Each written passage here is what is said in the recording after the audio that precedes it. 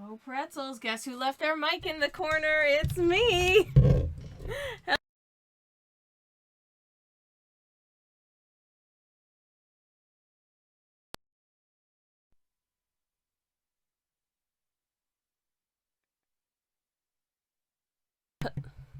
My mic has also been unplugging itself lately, which is fantastic. But hi, everyone. Welcome in. Hello, hello. What a great start to stream. Please don't leave. Anyways, hello, everybody. How's everyone doing? Hope you're having wonderful, wonderful Mondays. I'm so happy to be here. And I'm very also happy to report that I'm feeling quite a good amount better than I did the last time I streamed, which is nice. I've been under the weather for a bit, but it's a work in progress. But I may be on something of a path to at least temporary recovery. Who knows? I feel okay. Hi. Anyway, Samuel, thank you very much for the lurk. Very much appreciated. And I hope you have a wonderful lurk. I very much do. Hello, Briefcase. How are you doing? Wonderful to see you as well. Welcome on in. And Joe, hello. I will come and join you with the gnomes. Oh, wonderful. It's so good to see you. Welcome on in. Hello, Turnip. Lovely to see you as well. Welcome, welcome. Hello, hello. Impressive. The sentient mic, says Joe. Oh, yeah.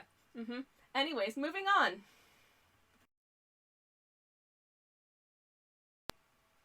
Hello, welcome in.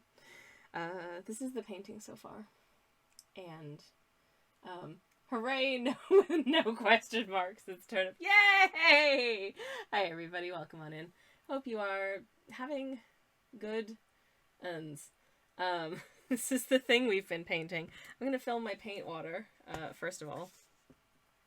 Being ever so efficient. I would really like to finish this today, if at all possible. Because it feels seasonally appropriate to do. And I hope that you like it. I like this piece. I think so far is going to be hopefully cute. Assuming that the paint plays ball with regard to trying to get some... to do some layering and shading on these little guys, which is an important next step. But we'll see how we get on with that. Anyways, how was everyone's weekend? I am once again so sorry that I was not here on Friday. I was very sad to miss it. But in truth, I felt like a load of old boo-boo garbage, and I really needed to rest. So, yay!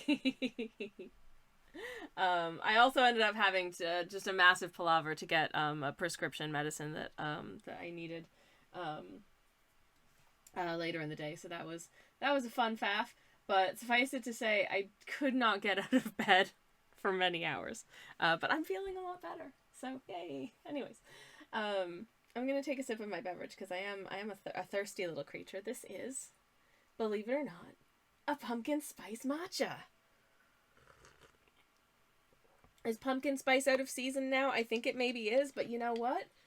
There isn't pumpkin in it anyways. It's just a spice matcha, and spices are very winter. Spices are a seasonal appropriate thing to have. And you can have spices all year round. Whatever, who cares? It doesn't matter. Anyways. I've never been one to be beholden to what is seasonally appropriate anyways, despite my attempts to do like semi-seasonally appropriate artwork. Besides that, I am really not, any sort of strict adherent to like, we can't have that, with one exception, one very notable exception. That is, I don't do Christmas gubbins until December 1st. But that's because Halloween season is too short if you let the Christmas encroach upon it. And therefore, November is Halloween Boxing Month and not, like, Christmas Eve month. No. December is basically Christmas Eve month because Christmas is at the end of the month. And then January is Boxing Month. Like, that's fine. I'm cool with that. But, anyways, that's just me. Oh, that reminds me. Because of the commercial society that we live in, at least here in the UK, there's always a lot of fanfare about, like, this special, like, super, like, overproduced, thematic, so emotional they will make you weep, Christmas adverts that, like, big retailers will put out, I saw potentially, hopefully sarcastically, some complaints about the John Lewis ad this year because it was literally about buying like a lady sort of mining the depths of her memories to find the perfect Christmas gift for her sister. So to that end, it was pretty much just about shopping and kind of highlighted various different departments that exist with things you can buy in that department store. And I'm like, honestly, that's kind of fine. It does what it says on the tin. It's an advert for a shop that sells many things. And they highlight some of those types of things you can get. And they say, hey, you can buy gifts from here. Here's a song by The Verve. And it wasn't even like a ukulele cover of a song by The Verve as performed by a female vocalist with like 0 lung capacity. And don't get me wrong, you know, those are great, but it was just the song. And people were like, what is this? And I was like, it's fine. Anyways, the reason I bring this up is that there's this one advert that I've been seeing, and I honestly find it kind of dystopian, and it's supposed to be like sweet and stuff, but it's for a streaming service, and this little girl's family are watching like Christmas movies of various kinds, and the little girl is just like repeating certain like little chunks of lines from the movies, and then compiles the various pieces of Christmas dialogue from these various movies into a statement which she uses to ask a boy in her class out on a date, which is very sweet, but also it just reminds me of those sort of like, you know, 20th century warnings about the dangers of watching too much TV, where like it will rot your brain and you will only be able to think in TV show. Which is probably just me being a cynical little so-and-so, but yeah, it was a little bit weird. But then I also have, because of all of the like, you know, get your phone's magic robot to rewrite your emails for you and that kind of thing that like every piece of tech is advertising right now. I've got that on the brain because I keep seeing ads for those kinds of things, so it just kind of feels like we can't, like, no one, it kind of just adds to this idea that like you don't ever have to come up with your own words and speak for yourself. Your distinctive voice is not important, you know.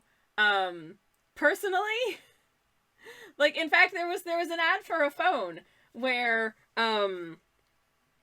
someone had their like virtual phone AI assistant write a text for them to ask their girlfriend to go on a date with them, and you know, it was like okay, I've written a text for you. Hello, sweetheart, would you like to go to a baseball game? I think it would be very fun. Love, your boyfriend. And I'm just like, does it not mean more if you write a text yourself being like, hey babe, want to go to the baseball game on Friday, love ya? Even if the grammar is incorrect, you know? Even if you've misspelled a thing, or autocorrect does something stupid. That's... I would rather have a humorous misspelling from my actual partner than something that they asked a robot to write for them. Because that tells me that they bother putting in the effort to actually communicate with me. Anyways, I don't want to go down this rabbit hole all stream, but that's just bothered me, and this ad felt like a sort of cutesy, childish version of that, which I don't think was intentional, but kind of ended up playing on the same themes of, like, you don't actually have to write your own words anymore, and it's better this way, and I just... Maybe it's because I'm a writer, but that just sits really poorly with me. I would rather, like, a somewhat, you know, imperfectly composed email than something that you outsourced to, you know, a word-stealing robot. Anyways. Turnip says, I thought that advert was kind of sweet for a Christmas advert. The I'm assuming that was the John Lewis one, wasn't it? And yeah, no, I thought that one was really sweet. She's thinking really hard about what to get her sister. That's nice. I don't think that hard about what to get my sibling. My sibling got nothing this year because I couldn't send gifts because the Canadian Postal Service was on strike. So I mean, I did think about it, and then I was like, well, they'll be receiving these in February or March, so I'm just gonna not. Anyways, the second one sounds weird, says Turnip. Yeah, it was really weird, and those AI adverts can get in the bit. It's all I'm getting ads for these days, and I don't. It's like they are working so hard to convince people that they want this. No one does. No one does. It's like you're not allowed to ask the question. But okay, but what is this actually for? And the answer is nothing. I also know from the other part of my life, which is in higher education, that there are issues with software that like will auto transcribe things like meetings and lectures and that kind of thing for you, which is super good as an accessibility tool, except when it unsolicited emails a summary to everyone on your contacts list without you saying it can do that, and then being like, isn't this a great service? You should subscribe too. Which, no. And also it just like unsolicited listening in on people's like one-to-one meetings at their jobs, and then emailing summaries around to their contacts. I wish I was joking. This technology is bad and we should not be adopting it with you know, such open arms, because clearly there are massive aspects of it that haven't been tested appropriately. Anyways, but maybe I have a bit more of a measured perspective because I also come from a household where people work in IT. Anyways, hello Aoife, welcome in. How are you doing? It's lovely to see you, and welcome on in. I guess this is an object lesson for us all to, as we, you know, sort of need to own new technologies, you know, whether it's like pieces of hardware or download software or whatever, or our software is updated, to actually peruse the terms of service and settings and make sure that nothing we don't want has been opted in without our consent. Because they love doing the, like, opt-out consent, where you have to rifle through your settings to find it, and they don't tell you that they've made this update. Because no one rereads the terms of service, let's be real. And they know this. It's a whole load of boo-boo garbage. Anyways, okay. These gnome husbands have no such concerns, because they're just living their best lives out in the forest, having a wonderful time. They've gathered some firewood here, and they are conveying it back to their little home in among the trees. As you can see, it's getting close to nighttime. We've got that wonderful sort of blue hour light that you get sometimes on a nice evening in the winter, which is, oh, my favorite. Laudanus, thank you very much for following. Welcome on in. Hello, hello. Hope you're having a lovely Monday. And I do hope everyone is having a lovely Monday. I hope you're having good days. I hope you had good weekends, and I hope you are having a good week planned up ahead. I've got an interesting week coming up. I have several medical appointments, which I'm not so much looking forward to, though I am looking forward to hopefully them coming up with good or useful results. So, you know, all good that things are moving forward in that respect, I suppose. And also I have to start thinking about the cookies that I'm baking for the holidays, more importantly. I've got 3 cookies planned, 2 of which I'm going to be taking to my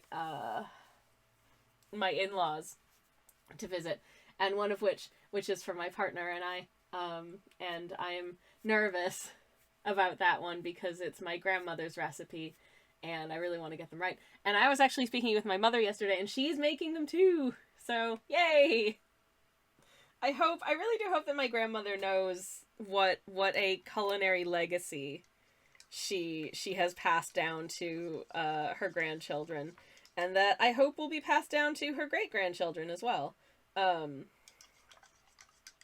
Because Because my goodness, she makes she makes an amazing cookie and a wonderful pastry. Anyways, Aoife says I'm doing all right. Yay! I have an appointment tomorrow for some ultrasonic and X-rays. Oh my god! Same hat. Hell yeah! Tests galore. I hope they go well. Can't eat or drink anything but water. Also, no peeing. Combine that with my insomnia, that will probably wake me up 7 hours before said appointment. I kind of dread. Oh my god. Honestly, okay. I hope for you that the time will come quickly that you are allowed to go for a pee. I really do. If it helps, I will try to curtail the food chat in stream today while you're around, so that it doesn't make you feel like more, oh no, I can't do that right now. Because I know that feeling. It's the pits. I'm gonna take a sip of the beverage though. I can still eat making dinner. Okay, fantastic. Good. Okay, in that case, we will continue to talk about food. I just wanted to make sure because I know how just god awful that can be. Anyways, I think I'm having miso soup for dinner tonight, which I'm quite looking forward to. Assuming we finish this painting today, I do have this little sketchy do that I want to...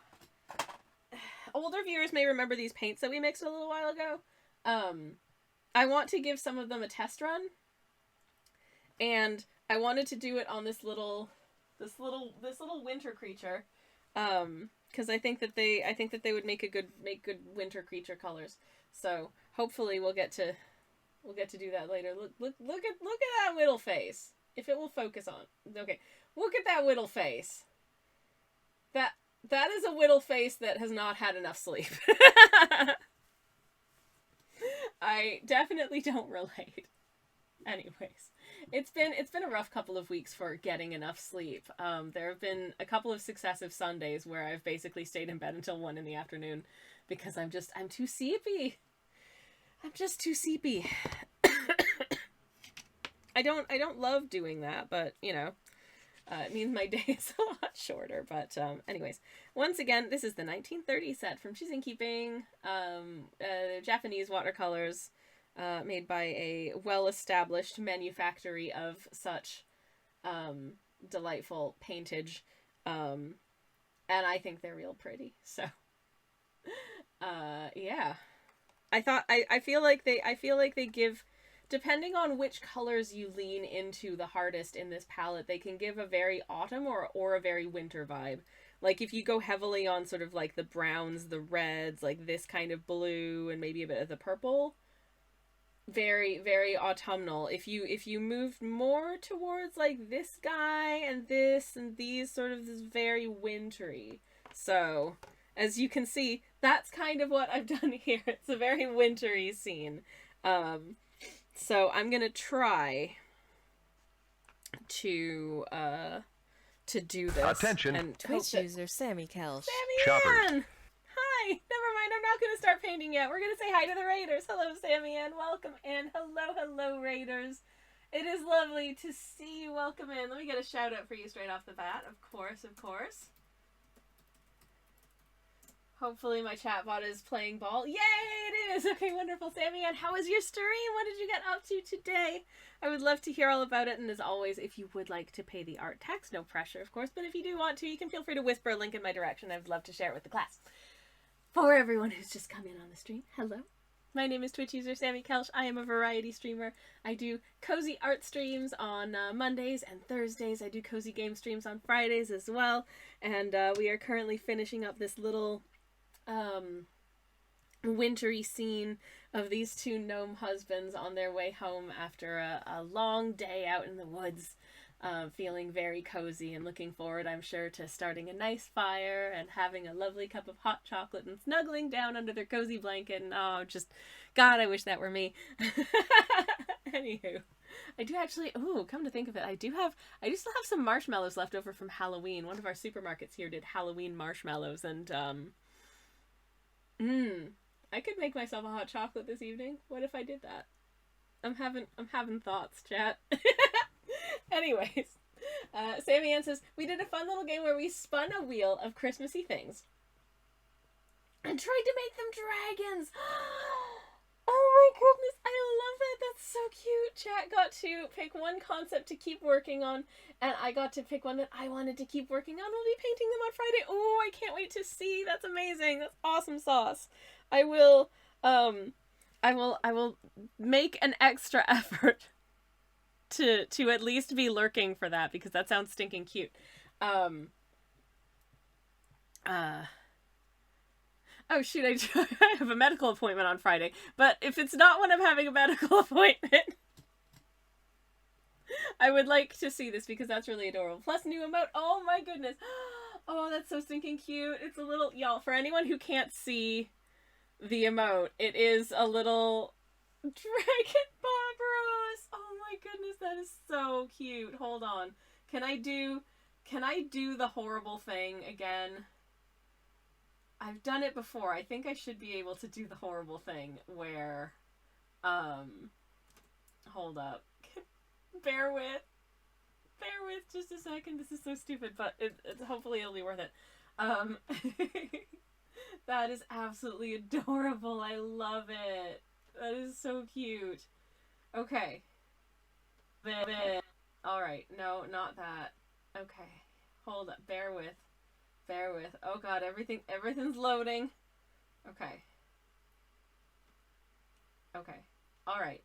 So, apologies in advance for the potential psychedelic horror you're about to see, but I hope it'll be worth it. Anyways, it's not my Instagram. My Instagram is not horrific, but stream on stream. But please direct your attention to the chat over here where there's a little Bob Ross about it. It is so stinking cute. And it's doing the thing. Okay. Just please enjoy the little Bob Ross emote. It's adorable. Thank you so much for sharing. Thank you. Oh my goodness. I can put them in the art tags folder so you can see the bigger version too. Oh, that's probably way better than me breaking the stream to try and share it. I would love that. Thank you. Do feel free to let me know when that's in there. And I would love to share that with the class. Anyways, what have we been talking about so far this stream? We were talking about oh yeah, a lot of large retailers put out like specific Christmas adverts every year. It's kind of the media makes a big deal out of it. Like, oh, what's the John Lewis advert this year? Is it a blockbuster? Will it make you cry? There was one year where the music was sort of like a maudlin piano cover of a Blink-182 song, and like every millennial absolutely lost their shit. It was so funny. I was never a big Blink-182 fan / enjoyer, so I wouldn't have been able to tell you what that song was if you'd asked me. Slightly wrong demographic musically, I think, but it was very funny. It was a dad whose daughter, or maybe like they adopted a little girl who was really into skateboarding, and so the dad teaches himself to skateboard so that it's an activity that they can bond over. It was quite a sweet. It was one of those stories that's like, oh my god, this is so schmaltzy. It's just so achingly sentimental that like I can't even really get that emotional over it, because it feels like it's trying to manipulate your emotions so hard. But it was really cute. It was very charming. It was a nice little... I must have blanked that once as turnip. It was cute. It was definitely cute. It's the only one whose plot I remember, so I guess there's that. But the music was certainly a choice, shall we say. Anyways, I have a message from Sammy Ann. So let me go cue this up so we can all take a look and see what Sammy Ann has been up to. Very excited to see. If you're not familiar with the works of the wonderful Sammy Ann, you should really go check them out. Hold on. Let me get a link to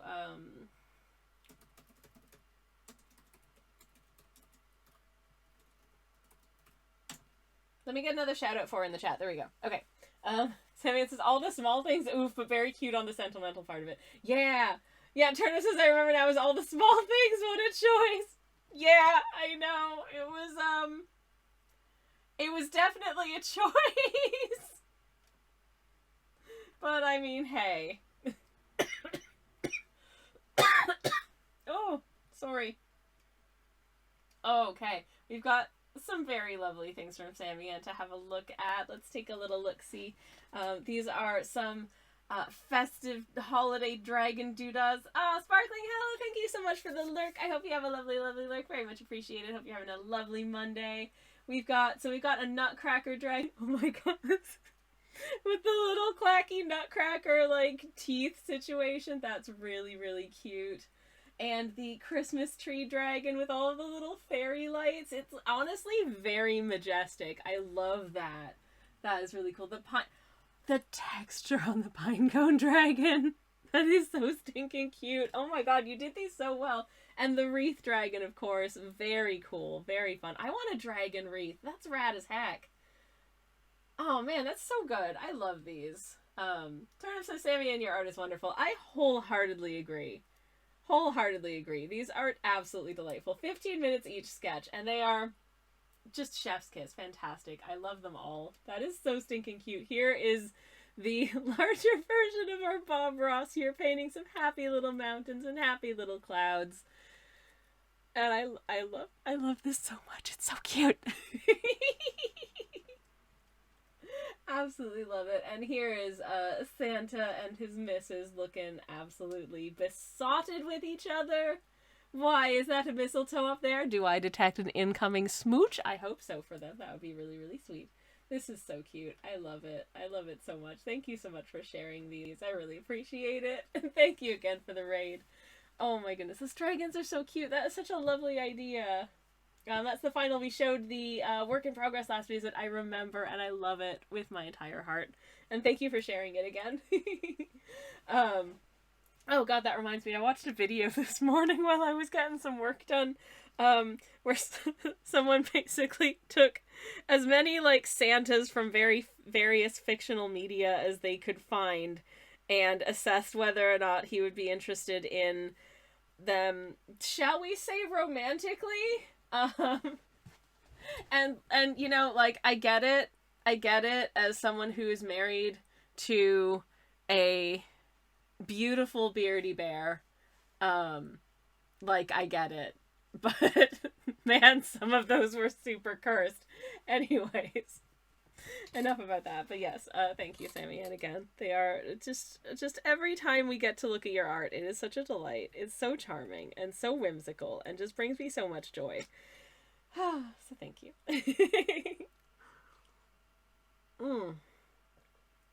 Speaking of joy, the good oat milk is back, and I'm so happy about it. I bought too many of those inferior oat milks and had a couple of weeks that were just honestly kind of grim.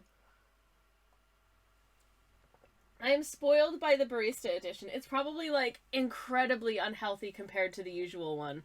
But you know, it's also delicious, and we only have this one life.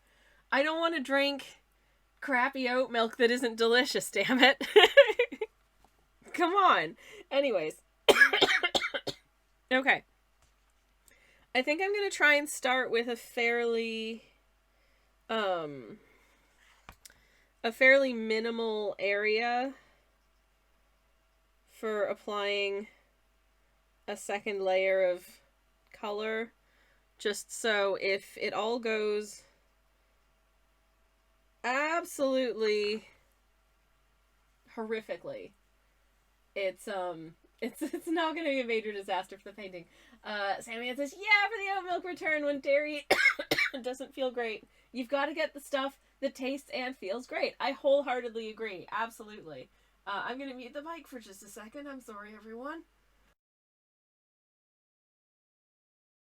Unfortunately, while I am feeling better than I did last week, I do still have a bit of a cough, so I do apologize for that.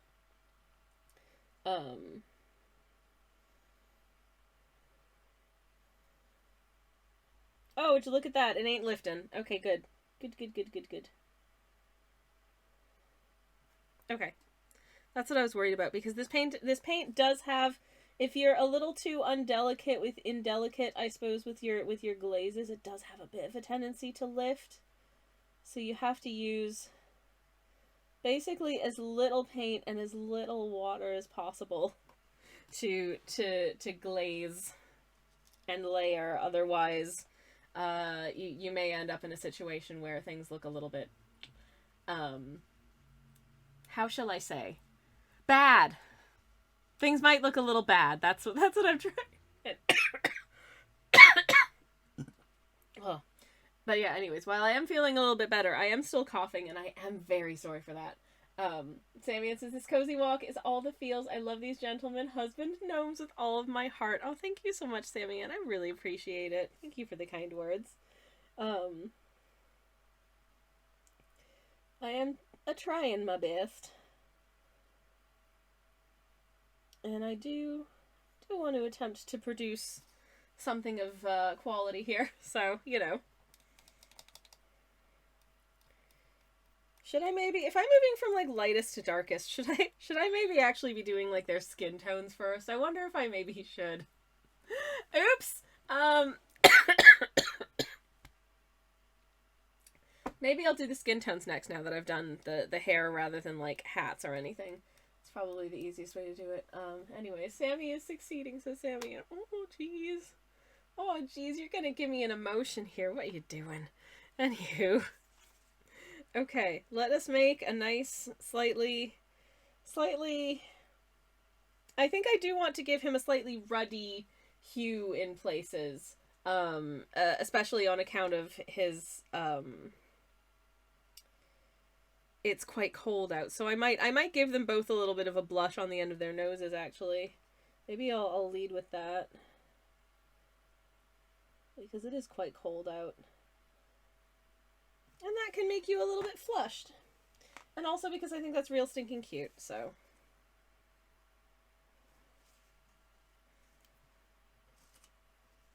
And I'll just, ooh, maybe also the tips of their ears. They've got ears that stick out. Those are gonna get chilly, I think. So I shall do. But I don't want them to look like red-nosed reindeer, so I want to keep it reasonably subtle.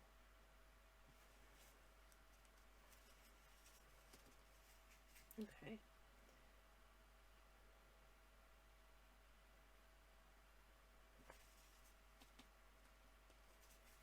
But I'll do this much for now. And then maybe once we've done everything, can kind of reassess. So just blushing and blotting. Blushing and blotting for the moment. Sammy, and thank you very much for the lurk, and thank you again for the raid.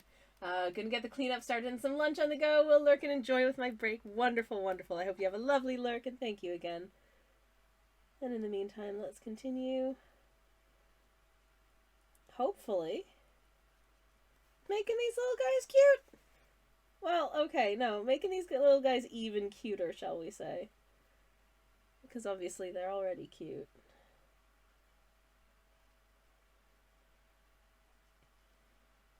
There was a little bit on this fella's nose blush, there was a little bit of a hard waterline. I just wanted to kind of blend off a touch if I can. Okay, that'll do. Anyways, what was I saying before I started coughing? I don't remember. Yummy. There was a series of, I don't know, I feel like there aren't enough Canadians in the chat, and there aren't enough, and if there are, this might be super niche, but I remember back in the day there were like a series of adverts in like the 80s, I think, in Canada for Canadian Tire, specifically starring Ebenezer Scrooge, and it was very bizarre. I'm sure this is real. I'm sure I'm remembering it. I'm sure this exists. Yep, says Sammy Ann. I'm so sorry to pull you back out of lurk, but thank you for confirming that this is real. I'm supposed to be lurking, but yes, go lurk! Go get your stuff done. It's alright, but thank you so much. Yes, I remembered correctly. Hurrah. Okay. Anywho, alright, let me make some subtle beiges. Because we are We're not working from scratch here. We are building some layers of skin tone here. So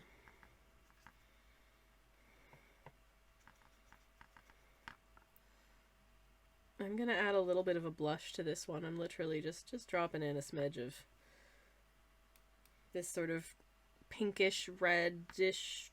This is like a warm reddy pinky, maybe a touch of purple, which has somehow turned it into a nice warm browny color, which I can hopefully water out to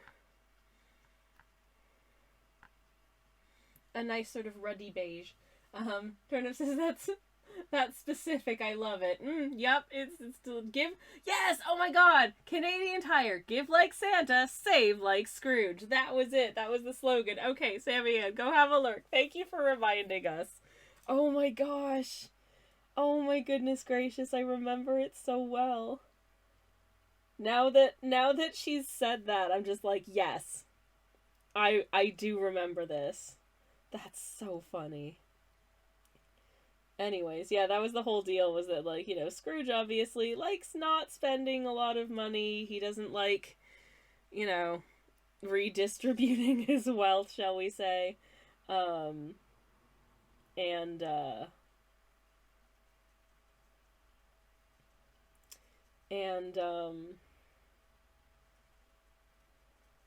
The adverts were very silly. Okay.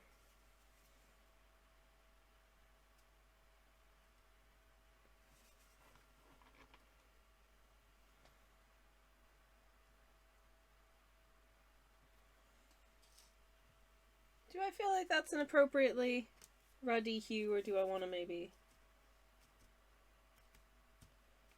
blot it down a smidge? To be honest, it's wintertime. He's probably not getting a ton of sun, so he'll probably be fairly pale. Okay, that's amazing. I'm off to YouTube, says Turnip. Hell yeah! I hope you enjoy it. I hope I haven't built it up too much. But yeah, that's, you know, there was like an old, my parents, there's a Christmas movie called It's a Wonderful Life. You may have heard of it. My parents had a copy of it on VHS that they specifically taped off of, I think, like the CBC sometime in like the early 90s. So they had this VHS tape of this movie, but we would also, when we would go back and watch the film, we would sit through all of the ad breaks as well and be like, oh man, remember that advert?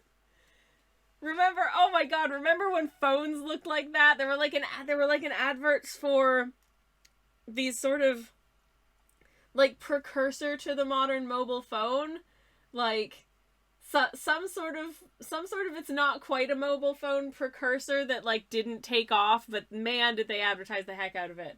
No, they're amazing. Says Turnip, I just found one that rips off the Holidays Coming Coke advert. Yep, there you go.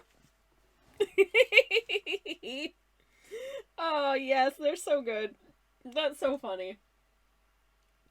I'm glad that you found them. Teehee. Teehee. Absolutely incredible.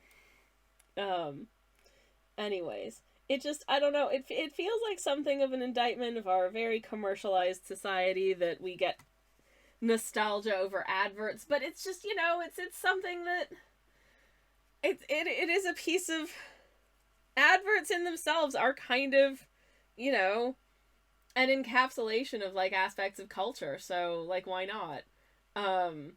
You know, as far as like commercial culture goes, it's not like, you know, like the last century or so has a monopoly on this.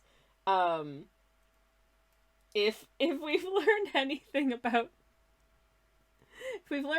from the fact that that Ea-Nazir, the like ancient Sumerian copper merchant who ripped off some guy who wrote an angry letter about it, is anything to go by. Business has been business since as long as people have been able to, I don't know, sell copper ingots, I suppose. It's like my favorite meme. Anyways. if you're not familiar, you should go look it up. It's great.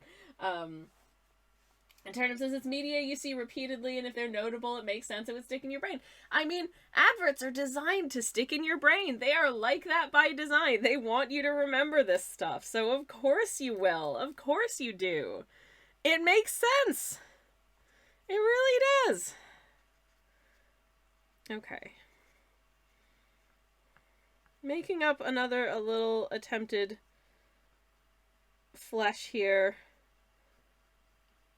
This one is slightly different undertone. A little bit less pink, a little bit more olive. But very cute. Very, very cute. But yeah, there's an ad that's running at the moment, and I don't want to say what it is, just in case there's anyone out there who has also been seeing this ad and is as sick of it as my husband and I are. Specifically, there's a piece of music that plays, and in isolation, it would be perfectly fine, just a little bit of funk music.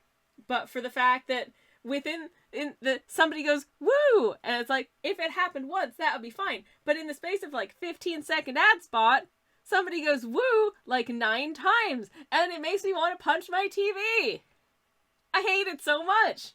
I'm like, you know what? On principle, I'm never buying from your product or service ever again. I mean, I already wasn't going to, because it's a big company that is not the best in terms of anything really, but you know, the ad is what is the final nail in the coffin there. Anyways, Turnip says I did an internship in an ad agency once.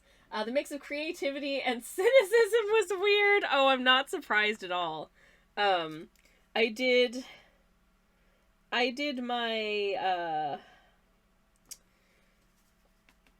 undergraduate degree in cultural studies and literary theory, so we covered a lot of things like adverts. And I also minored in psychology, so we did in social psychology. We also looked at things like persuasion, and so a lot of adverts got brought up a lot, and actually a lot of people who do cultural studies, I think some of them end up working in advertising, because, you know, you learn a lot about advertising and doing a cultural studies degree. But yeah, anyways. I don't know. I don't think that ads across the board are a bad thing. I always feel super bad about advertising, because I know that people feel spammed and bombarded and hate them a lot. But, you know, it makes it really hard as someone who just, I don't want to bother people. I don't want to bother people at all. But there is the sliver of a possibility that someone might actually want to see the fact that I have stickers for sale. So I have to do it. But I feel really guilty about it every time. And I feel like that shines through in my promotional efforts, which rarely do very well as a result. Anyways, by the way, I've got a shop. I am available for pretty much until the end of the week if you want to order anything before the end of the year, and then I'm going to be taking a break until January. Depending on where you live, it may not get there for Christmas by this point, but I'm assuming if you wanted anything for Christmas that you're desperate for, by this point you'll have already ordered it. If you're worried about things turning up, like, over days that you're away for Christmas, they do all fit through a letterbox, so I don't sell anything super thick. Unless you wanted to buy, like, 9 copies of my books, in which case, why? But also, thank you? Anyways, advertise your stuff, says Turnip. I love it. Oh, thank you. Well, I did !shop in the chat if anyone wants a link to the shop. There's a ton of artwork there of our little gnome husbands, BT dubs, if that's your bag. And it is my bag, because I love them very much. Okay, they have moderately more skin tones now, so I'm happy with that for the moment. We're doing a couple of different passes here with our colors. So I did this super light initial layer, just to get down the like, sort of highlighted colors, I suppose. And now we're doing a second layer of like the actual colors of things, and then we will go in and do all of the bits that need to be in shadow because they're kind of, you know, they're behind the light, or they're behind something that is blocking the light from them. So the shadows aren't going to be too crazy on this because I don't want it to look too crazy, but you know, I will also put some shadows in to make it feel immersive. Because I feel like it works in this context. I don't know. I never used to shade anything, and now I shade everything. Now it feels weird doing something that's just like flat and not doing any shading. I'm like, no, I have to shade it. I mean, I don't. I can do whatever I feel like. Flat colors are also good. But in this case, shade. Anyways, I think I'm going to do the blue colors next, because we've got a few things that are blue. And also the nice thing about blue is that it is just this one pan. I don't need to blend a color together for it, which is a great. So I shall do that next. Picking up a little bit of my blue. You can see blue is a color that I use a lot of because I've barely used any purple in this palette, which is really bizarre because purple is one of my favorite colors generally. I would say purple, and also probably this teal is in contention for being like a favorite color type. But with all of that being said, I think the actual sort of compositions that I've created for this palette have been ones that lend themselves less to having a lot of purple in them for some reason. Maybe that's something I should challenge myself with in the coming year, to be like, okay, it's time to just make paintings that make better use of the colors that you don't use very often. And go! You know, I think that might be, honestly, that might be an interesting challenge. I don't know how well I would do with some of them, but, you know, I would certainly be willing to give it a really good go. Okay.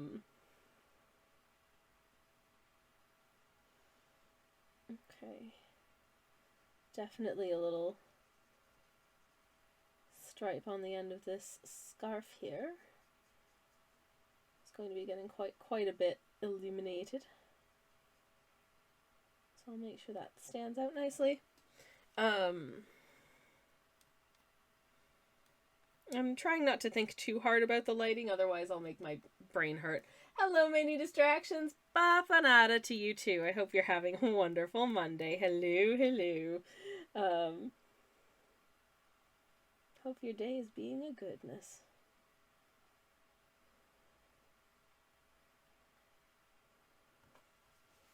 Actually decided I wanted to fade this down a little further. But then there's that little water line that just sticks. So maybe I shouldn't have done that. You know what? It'll all work out in the end. It'll be fine. Anyways, how you doing? It's lovely to see you. Welcome on in. Hello. We are just working on kind of our second pass with these gnomish colors. And feelings so far are pretty cute about it. At least I think they're looking pretty cute. I hope y'all like them as well. Honestly, these gnome husbands really are out here living their best life, and I'm so happy for them. And God, I wish that were me. Truly, I do. That's fine. I'm living an attempt at my best life. Is it? Your mileage may vary. But I'm trying.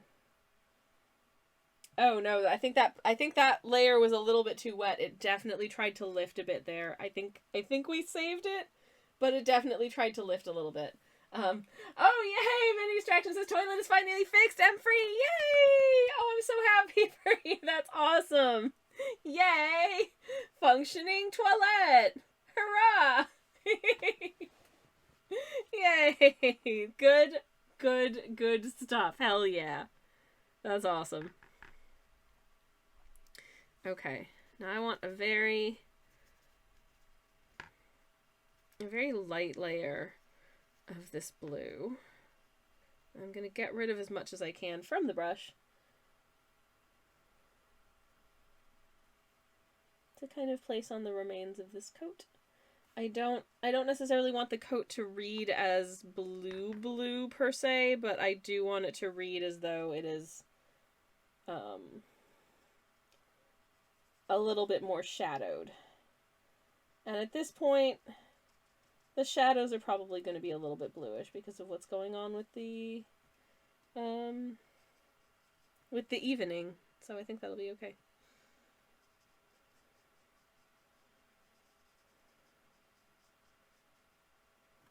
There we go. Okay. Okay, yeah, I think that works really well, actually. Oh, beans, is it that time already? We are coasting into a BRB very shortly. I will do a little bit more of this, and then I will do a quick BRB. My goodness. So the first hour of stream really has flown by. Like, hot damn. I'm having a great time, which is probably why.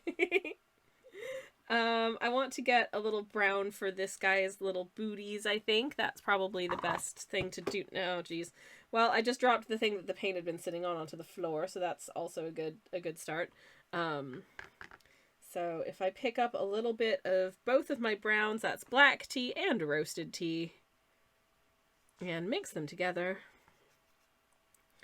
we should have a decent sort of mid-boot couleur.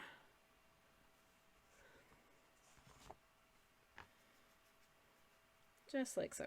Okay. And then water it out a little bit because I don't want it to be too rich because we're going to need to be shading under it as well anyways. But congratulations on your toilet. That, out of context, that seems like such a bizarre thing to say to somebody, but genuine congratulations on your toilet there, friend.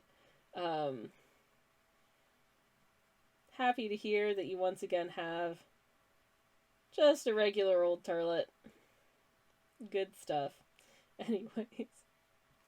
Okay. Yeah, that'll do. That'll do, I think. Good stuff. Okay. Anyways. I'm gonna take another sip of my matcha, which I love this matcha because it does not look like matcha. It does not taste like matcha. I do like the taste of matcha, but this one doesn't taste like it. But it is very delicious. So. Good job, me. Honestly, it really does just taste like spices. About which I have no complaints because I heckin' love spices.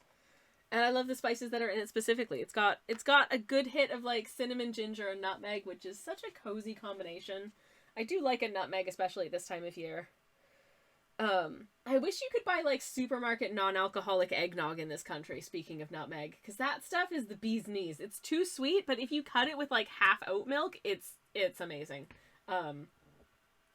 So yeah, moderately sad about that, but I could conceivably just make my own with oat milk. Why don't I do that? Why don't I do that? Just take some oat milk, add some vanilla sugar, and some nutmeg, and you probably basically got oat nog. I'm gonna do that. Anyways, Many Distraction says, for context, we've been waiting for the plumber to fix it for about half a week. It felt longer to the rescheduling. Oh my gosh, that is a long time though. That is like a number of days to be waiting. So I'm very happy for you. Very much relief, I am sure. Congratulations. I'm going to pop a BRB screen on before it starts running ads. So you're not going to miss anything. Have a good break. Have a stretch. Have a drink. Do all that jazz. See you very shortly on the flip side. That's better. Hello. I'm back. Hi, everybody. Welcome back. Hope you had a good break. Thank you very much for letting the gnome husbands dance to the BRB music turn up. And thank you also for the little dance and dinos, Many Distractions. Hope you had a nice break. It's good to be back. Hello. Hopefully. My mic isn't muted. Let me just double check, because I never do, and I probably should. Anyways, I just have to quickly click a link on my phone, because whilst I was on BRB, I was signing a petition. I will attempt to pop a link to it in the Discord when we're done here. Speaking of petitions, speaking of things and rights and caring about other people and not being weird and horrible, do y'all ever just get a pang of disappoint when someone that you've been, sort of enjoying on the internet just says or does something and you're like, come on, you should know better. Anyways, I had one of those moments earlier today. But first of all, hello Voxel, welcome in. How are you doing? It's lovely to see you. Welcome in. Hello, hello, hello. Specifically, there's a YouTube channel that I'm not subscribed to, and I don't watch that often, but it's largely of the wholesome sort of food related content that I'm like, yeah, okay, I can watch this from time to time. It's fine. They seem nice. And then I was watching a video of theirs today, and they were reviewing some advent calendars, and then like one of the ones that they were reviewing was for based on a certain series of children's books and films where we happen to have discovered in recent years that actually the author is a terrible person and has been using her platform to be a consistently terrible person. Just awful. And I was like, okay, I understand, like, some people just honestly aren't very online, don't follow the news, aren't aware of, necessarily the author of, sort of a beloved children's book series or whatever turning out to have really horrible views that, to be honest, in my estimation, mean that if you are genuinely care, you will not be lining their pockets with more royalties because they do not deserve your money. I understand not being aware of these things because, some people aren't very online at all. Some people are not on the internet. Some people don't follow the news, yada, yada, yada. It's possible to just not know, but I feel like if you have a YouTube channel with, like, over 10 million subscribers, you're probably online enough that you must be aware. And if you're aware and you don't care, I'm seriously side-eyeing you, and I don't want to watch your videos, because, no. That sucks. That really sucks. Anyways. But yeah, it's right up there with, when a YouTube channel that you like takes a really sketchy sponsorship. Like, I know sometimes that, like, sometimes it's hard to tell whether or not a business is legit. I know there were a lot of YouTubers who I think were tapped to do sponsorships for that one company that claims to, like, sell you basically, like, here, now you have a hereditary title in Scotland, which, no, you can't buy just because you own a square foot of land. That's not how it works. There are plenty of homeowners in Scotland who aren't, lords and whatever. But people buy this thinking it's legit, and especially I think like Americans, because like if you live in a country that doesn't have that kind of hereditary titles and stuff, you don't necessarily understand how it works, and that's fair enough. But I saw a slew of YouTubers doing sponsorships for it, and then a slew of YouTubers apologizing for doing sponsorships for it when, like, the very dubious legality of that company and their claims came to light. It's very, yeah. Anyways. There was I think the one that, like, that one I can kind of forgive because it's like, yeah, maybe you're not sure, or maybe it's not obvious if you're American, you just kind of take it as read. But there was another one where there was a YouTuber that I watched for a while, and he did a sponsored ad spot, and I understand, like, also, like, we all know how sponsorships and of creators and stuff work. It's like you do have to be able to pay and feed yourself and do all that jazz, because, putting out, like, a video every week is a full-time job for a lot of people. But this was an app that basically steals your data, and I didn't feel super comfortable with that. Personally, if I were a creator who was being approached by potential sponsors, I would be a little more choosy than taking an app that just, like, oh, you just scan you send them all of your invoices and receipts from every purchase that you make, and for every one that you get points. And then you can put the points towards things like gift cards for your favorite retailers. And I'm like, you're just giving them all of your information. That's what you're doing. You're just giving them so much data. Do you want to give them so much data? But it's like, oh, but it's so easy. There's no downsides. Yes, there's downsides. You're giving them so much data. Stop it. Anyways. And I just thought, no, this service is obviously sketch. I'm not comfortable with that. Anyway. Many Distractions says, I think I know the author you're talking about. I think you probably do. Yeah, there's no excuse for ignorance. There is no excuse. Genuinely no excuse. I know some people, you know, are a little bit more innocent. Some people are not. Through potentially the grace of privilege, and that's about it. Just haven't really had to think hard about these kinds of things, but it's like, I don't know how to tell you that caring about other people is more important than you being able to, like, spend money on merch for that thing that you really liked when you were in high school. I don't know. Like, just putting that out there. There are people who, for instance, when I was in high school, there was a filmmaker I was very fond of the works of. They were very formative in terms of, like, my wanting to get into sort of doing creative work myself, because I was like, this person is doing something really different and interesting, and it mattered to me at that point. It since came to light that filmmaker was real sketchy in real life and did some really bad things I am not going to go into on stream because, I mean, you can look it up, but I would not personally, because, oh my god. My point is, I'm very happy to say that, like, this was an important part of my life, for that portion of my life. That chapter of my life has ended, and I've moved on, and there are other better people that I can celebrate instead. Like, it's not hard. You know? I liked this thing a lot. We learned more things about the person what made them. I'm gonna find new things to like instead. You know, such is life. Anyways, Voxel says, and I quote, but before we talk about that topic, hey kids, do you want to gamble? Please don't. No. I mean, yes, but no. I mean, do I buy a lottery ticket sometimes? Yes, but that's because I'm an adult. So I'm allowed to, because I'm 40. And let's be real, I'm an elder millennial with sorry.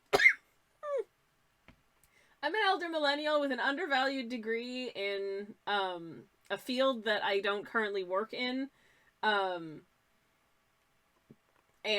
I work in a chronically underpaid field. So, you know, my retirement plan is, dear God, let me win one of these ding-dang lottery tickets. Anyways. Many Distractions says, Sammy gambles, gasp. That's just, listen, it's the occasional lucky dip, okay? Anyways, I'm taking a beverage, Voxel, don't you worry. Delicious. Delightful. That is a lemon ginger tea. And it's very, very good. Okay. So I'm pretty much done with this guy for now. We will come back and do all of the shading and shadows and all of that jazz. Ooh, do I want to specifically get a little bit more color on those bits? You know, I think I maybe do. So maybe I'll do that as well. Oh, that's almost too dark. Ah, beans. There we go. Okay. Voxel says, it's always a good sign when your retirement plan depends on RNG. Minecraft speedrunning taught me that's a bad idea. It really isn't a good one, that's for sure. But, you know, genuinely, even if I stayed in, like, soul-crushing professional office work for the rest of my days, I don't know if I would have enough money to comfortably retire when it comes to my retirement age. And I say this as someone who's generally pretty stingy with money. I try and save when I can, but it ends up being a savings so minuscule that, like, it's not going to be, you know, enough to do anything useful. You know, like they talk about like ways of trying to like build wealth and build savings, even if you're not making a lot, to save a little bit every month where you can. And it's like, okay, yeah, but when the little bit that you can save every month is like at most, let's say theoretically it's like £100.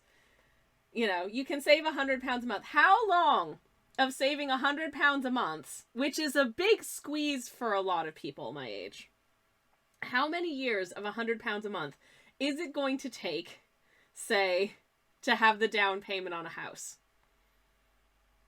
What's that I hear? A forever number of months? Yeah, exactly.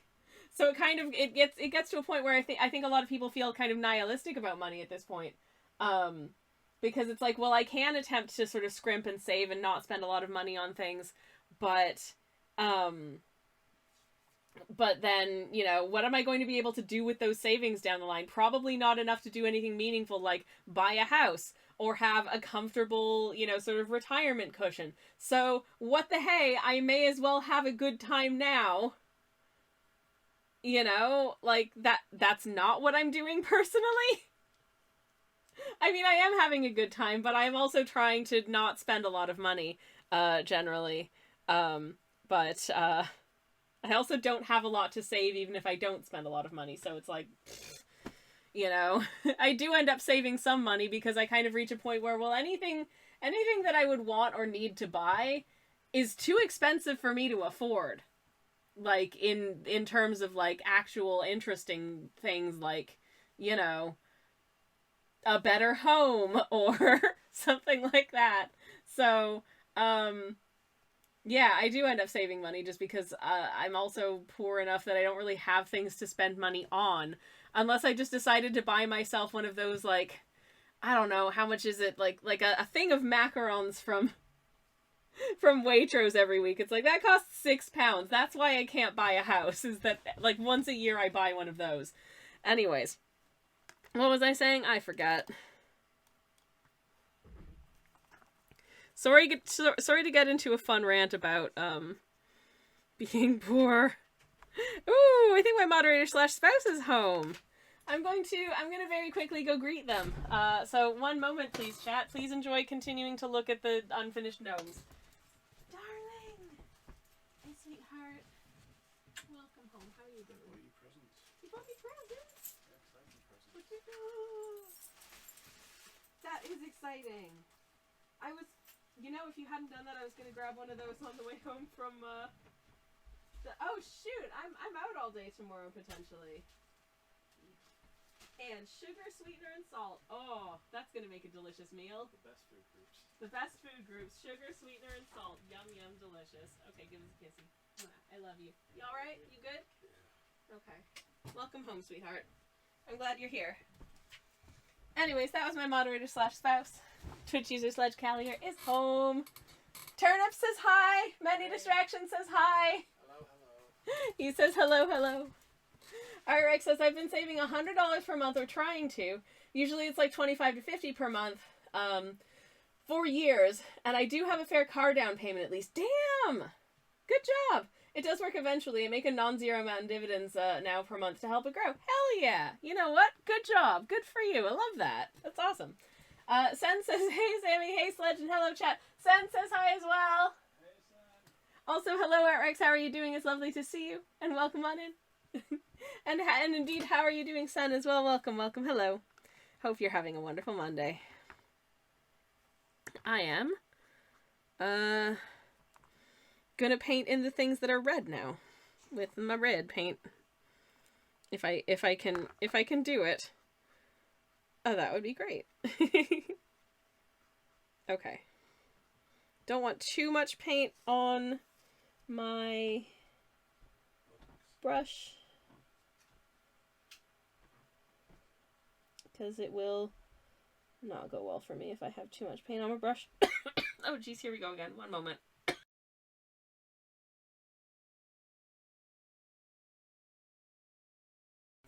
Sorry everyone, I needed to cough. Yeah, it's going okay. My cough, honestly, despite all sounds to the contrary, is improved. from a couple of days ago. I am starting to feel better, so that's really good. Because, let me tell you, the last couple of weeks have kind of sucked. Just general well-being wise. So I'm very pleased to report that seems to be getting a little bit better.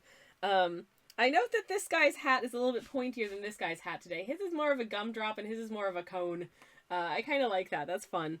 Love that for them. Maybe it's the way they've steamed them. I don't know. I don't know a lot about hat making. I would love to, but believe it or not, I am not an expert milliner. I did once sort of skim through a book on hat making, millinery, because there was a specific style of hat, like a historic hat style, that I was quite interested to get, that was quite hard to come by. Specifically like a 1920 style cloche. I did end up actually finding one on eBay, and pretty sure it's still in my parents' house. My God, I hope they haven't donated it. That thing is over 100 years old and most likely worth quite a lot of money. I wore it once for a photo shoot, and other than that, it was just safely tucked away in a hat box for years. So, in general, I don't think I should be trusted with extant historical garments. I'm not going to wear them because they're too special and fancy. And, you know, as a piece of history, I don't want to damage them, obviously. But also, what good is an extant historical garment that's just sitting around, you know, sort of being kept in a box in my house rather than, you know, in like a museum or something? Though I think there are certain garments where there's enough of them extant around that they don't necessarily have a lot of call for them from museums. They're just like, no, we don't have enough space. You hang on to that. That's fine. Yeah. I don't know, when does something go from being like vintage to being an extant historical garment? I feel like 100 years is probably a good kind of milestone for that. But I genuinely don't know. I'd have to ask someone who actually does dress history for a living as opposed to me who just futzes around and makes a mild mistake with the armhole size of the shirt they're working on, and now they have to unpick a whole bunch of stitches and redo them. But to be honest, I'm glad I found that out when I'd only set in one of the two sleeves, because it's fairly easy to fix and redo, and a lot easier to fix and redo now than when I'd done both sleeves and finished the seams off, so yay! Anyways, Rex is good. Yay, glad to hear it. Lurky today, that's alright. Mostly obsessing over being unable to still get the car I want. Oh, beans. But knowing I have enough to get a cheaper but good car if my current car up and dies on me. Hey, you know what? That's a good place to be. It's not the best place to be, but it's a pretty dang good place to be, so that's awesome. Good for you. Hell yeah. Many Distractions is glad you're feeling better. Thank you. I do still apparently have a cough. I haven't had to talk consistently for like over an hour for several days, because I was not able to stream on Friday because I was too unwell. But I see no impediments to my being able to stream this Friday. Gosh willing. Because I'd very much like to do a little stram, maybe do something a little bit different in the Hollow Knight. I really want to attempt like the world's worst speed run, because you know I'm going to be bad at a speed run, but I want to try. I really want to try and just see how far can I actually get into the game within the space of, let's say, like, I don't know, 2.5 hours of live stream, I suppose. Turnip says, I had my great-granddad's top hat and I was too scared to keep it, so I gave it back to my parents. Oh, that's really sweet, though. That's something I kind of think about, like, are extant historical garments from this period that we're living in right now, like 2024, are they gonna have any meaning or value at all in, like, 100, 200 years' time? I say this just because, like, as opposed to, say, even 100 years ago, there are so many, such an incredible overabundance of ready-made garments that exist now that it's like, you know, in 100 years, are they going to be like, wow, that's a 2000s t-shirt? Oh my goodness gracious. Are they going to be like, oh wow, it's another 2000s t-shirt? Who cares? Throw it on the bonfire we're using to huddle around for warmth because the zombie apocalypse just happened. I don't know. Anyways. Many distractions says we don't have enough space. It's being taken up by other people's stuff. Yep. That's something that I stress about when I'm considering or like attempting to donate stuff to the what is the word that I seek? When I'm attempting to donate stuff to like charity shops, I'm always really worried that I'm gonna just, you know, rock up with a big, you know, sort of sack of old clothes, and they're gonna be like, oh no. We are full up on donations right now. Please take those away. And I'll be like, oh. Well, I was full up on old clothes, so I was hoping you'd take them off my hands kind of thing, you know what I mean? Like, oh no. Oops. Kind of ruins things. Anyways. So I am very sorry for the coughing. But yeah, I think there are certain historical things that certainly have more value than others just because we have less of them that continue to exist. Like if you search like antique teacups and that kind of thing, you can get some pretty gosh dang old teacups for not a crazy amount of money, which I was really surprised by when I did some looking. That there are definitely some teacups around that like you can pay not a ton for a teacup of a pretty fine vintage, depending on, you know, sort of what it is. I just think that's really interesting. Actually, speaking of things that are rare in supply of days gone by that I've seen in museums, I think one of my favorite things I've ever seen in a museum was an incredibly old and still perfectly intact ship's biscuit. You know, of the ship's biscuits variety. I'm gonna drop a ship's biscuit emote into chat for anyone who can see. Here's a ship's biscuit being dunked into a cup of tea, which is one of our animated emotes.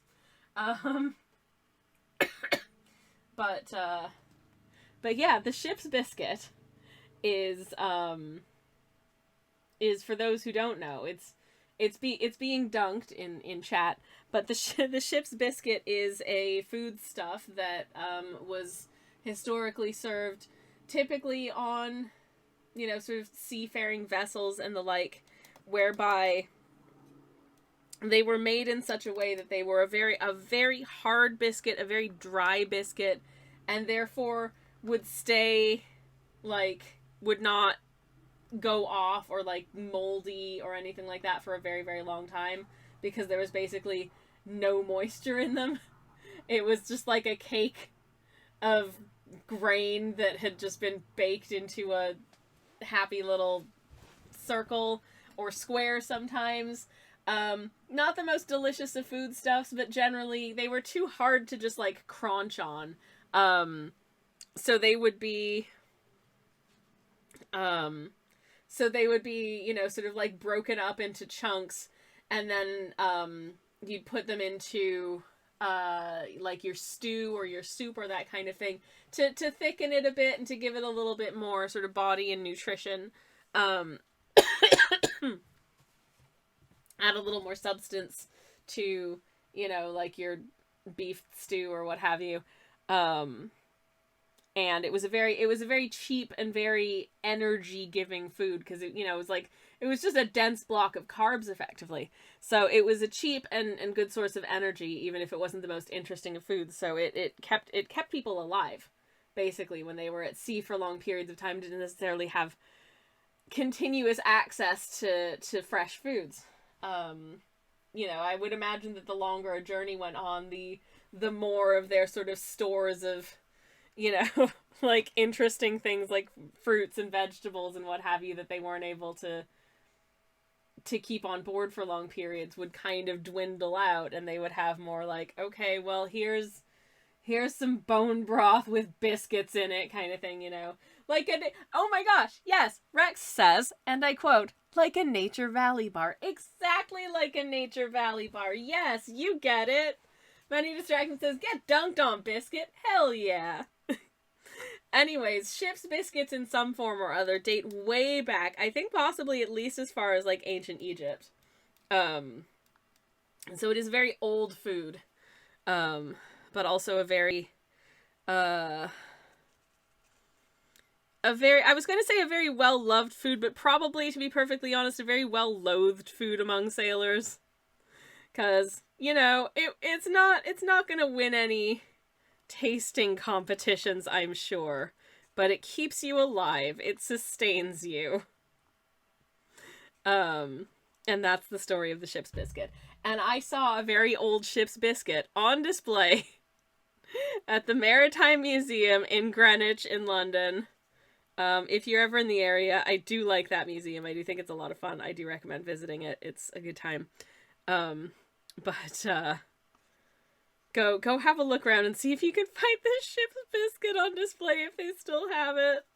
Cause that just, oh, it absolutely tickled me. I think I took a photo of it because I'm like, oh, it's a ship's biscuit. It's so funny. So there you go. That's the story of the ship's biscuit. Now you know. And knowing is half the battle. And all that jazz. Okie dokie. I'm gonna attempt to do some more painting in. We're doing this little booty boot. We're doing this cute little booty boot.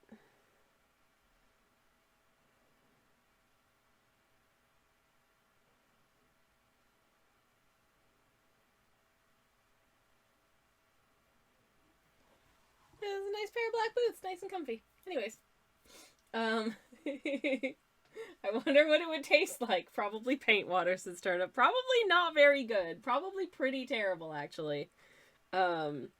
Would absolutely under no circumstances recommend tasting the museum ship's biscuit. Good God, don't do it. Oh, no. No. Probably incredibly stale grains, probably very not healthy. No longer good for you, for sure. Tastes like a bad idea, I'm sure. It probably, you know what it would taste like? It would taste like regret. That's what I think it would taste like. It would taste like regret. So, I guess that's something to consider. Just painting around this little toggle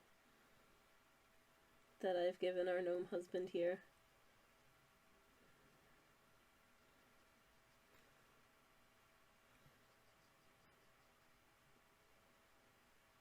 This is quite a dark colored coat.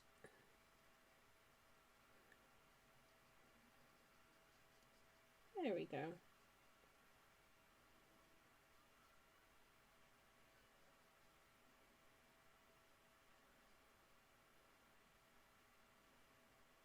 Okay, wizard. We have a happy little coat. Very cute. Many distractions as I remember one Christmas. My mum made wassail! No one but myself liked it, so it never happened again. Oh no, I'm so sorry.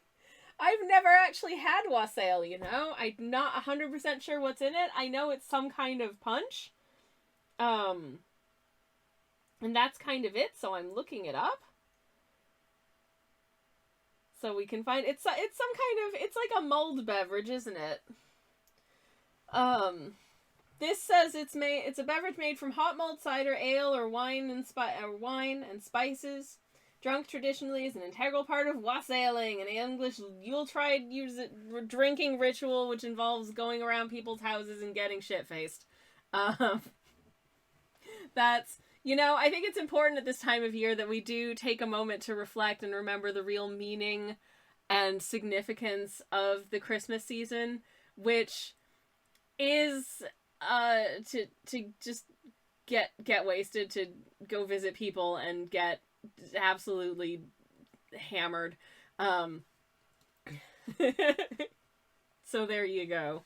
I did always wonder. There was the reason I bring that up is that the YouTuber Abby Cox did a video that I think came out yesterday about how Christmas used to be a lot more raucous and boozy than we tend to think of it now, in terms of our sort of like Christmas traditions and what have you.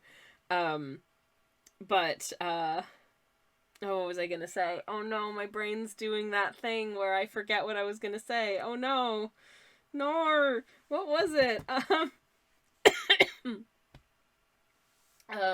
Oh yes, boozy raucousness. Oh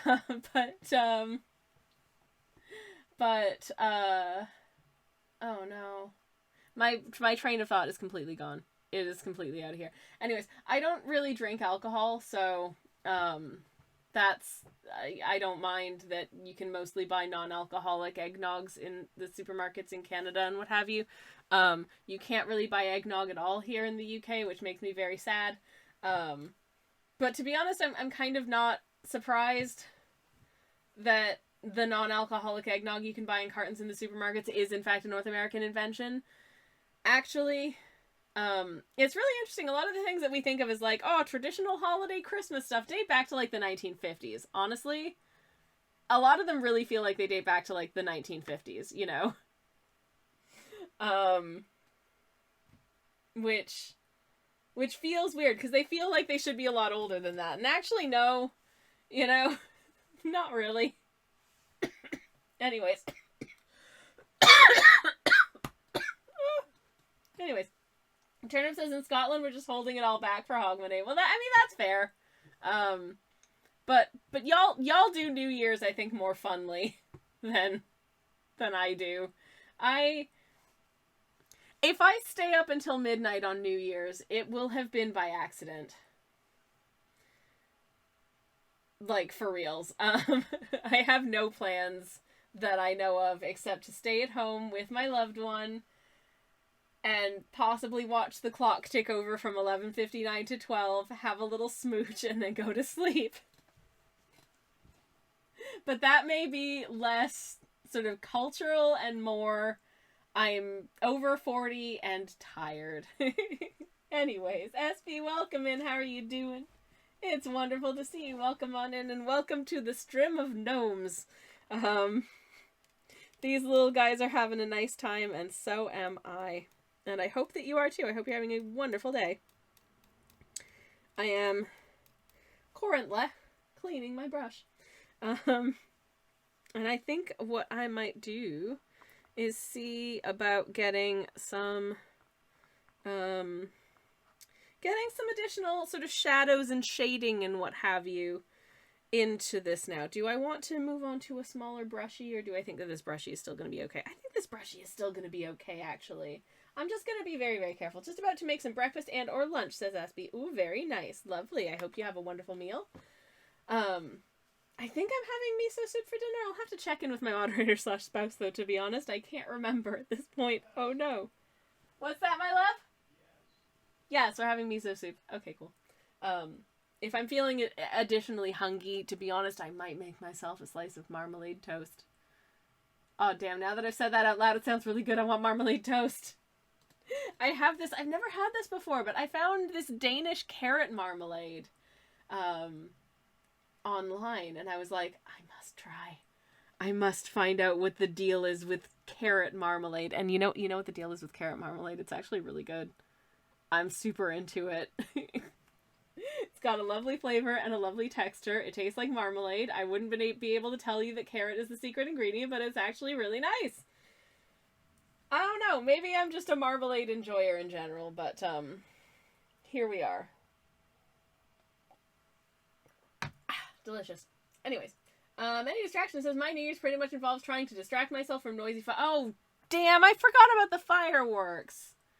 There's gonna be fireworks noise, isn't there? Ah, pretzels.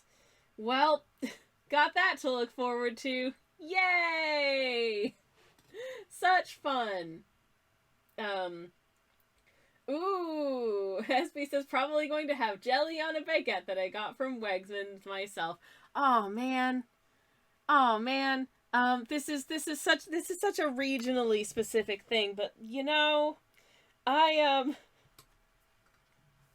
I have a sibling who was at university in New York State, and let me tell you, one of my favorite things about visiting him when he was at university there was visiting the big Wegmans. It was great. I think we've had this talk on stream before about Wegmans. But it was a good supermarket. I like that supermarket. Anyways. So here we are. Alright, gonna try and make some little shadows.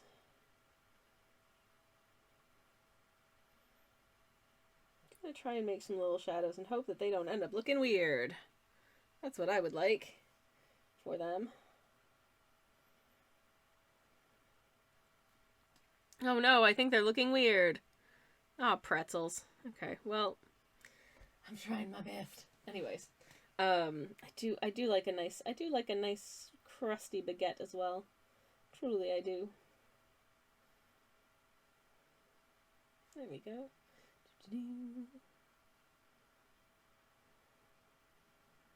Gonna get a little shadow just behind that elbow, because I think there would be one. And probably also like so and so. Okay.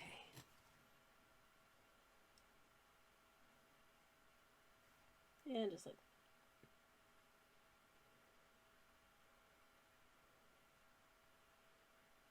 and I'm trying to fix this, and wouldn't you know it, I'm making it worse. Yay. Oh no, it's looking a little bit overworked there. Now it looks weird. Plaps. Okay, can I fix it? Maybe. Probably not. SB says I don't live super close to Wegmans, so I don't go there too often, but it's my favorite grocery store. It's like a grocery store. That's very relatable. Sometimes it's nice to be able to go out of your way to, like, the very good grocery store that you like best. I always enjoy that when I can.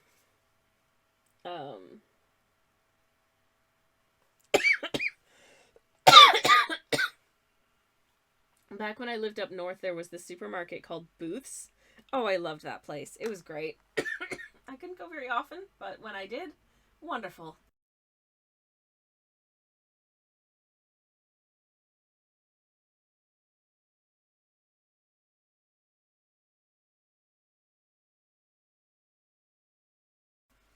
Oh, sorry about that. I don't know why my throat is just starting to die.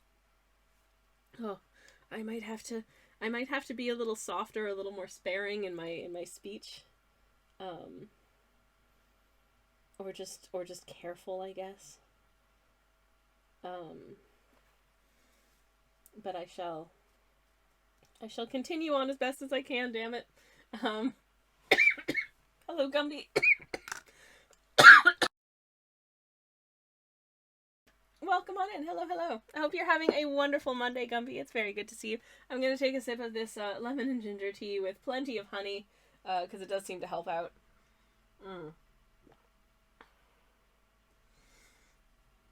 I think at this point it's more just that my throat has been through a lot in the last little while, and it is, it's recovering, but it's not recovered. So, fun! Anyways, I'll be alright, don't you worry. But it's taken its time to get to alright. But at least I'm happy I can stream. So, you know. There we go. Okay. This shading is looking weird, but I think it's just because we're not done yet. I hope it's just because we're not done yet. Sorry about that. Okay.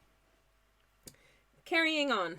I'm going to water down this brush quite a bit, because obviously I want some shading on the light colored coat as well, but the coat is light colored. Ergo, the shading ain't gonna be too dark.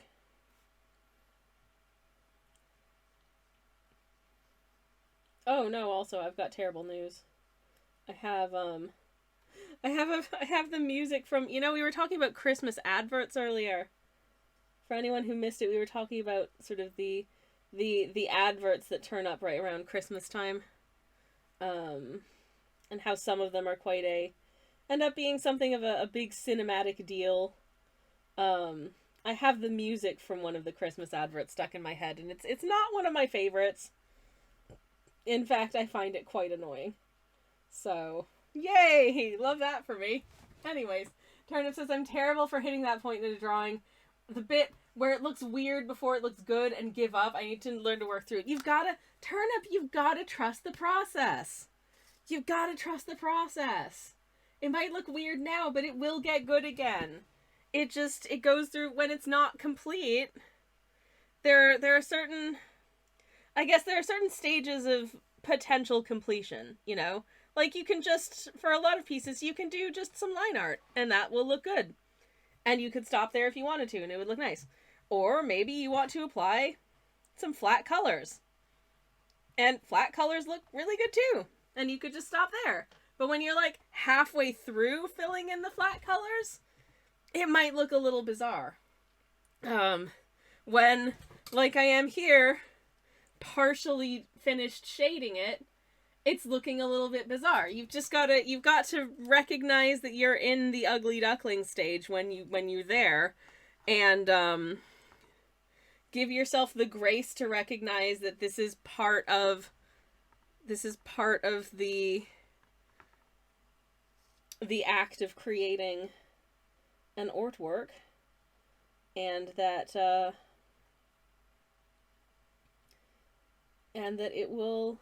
it'll all work out, because you do know what you're doing, and what you're doing is a process.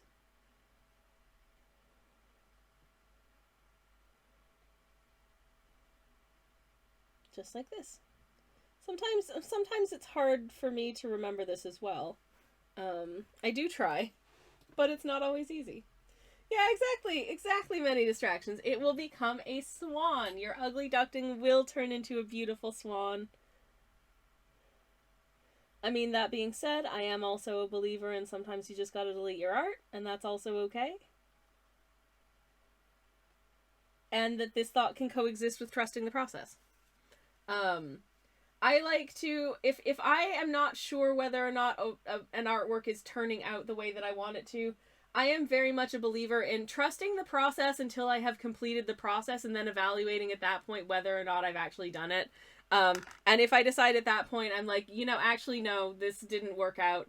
I take lessons from what I did there and what I would do differently if I were to do that piece again later on. And then maybe I revisit the idea if I think it was a really good idea. Anyways, Turnip says, y'all are cuties. I will keep that in mind next time I get stuck. I believe in you. You can do it. Hell yeah. Hell yeah. Let me give you a case in point, actually. Where is she?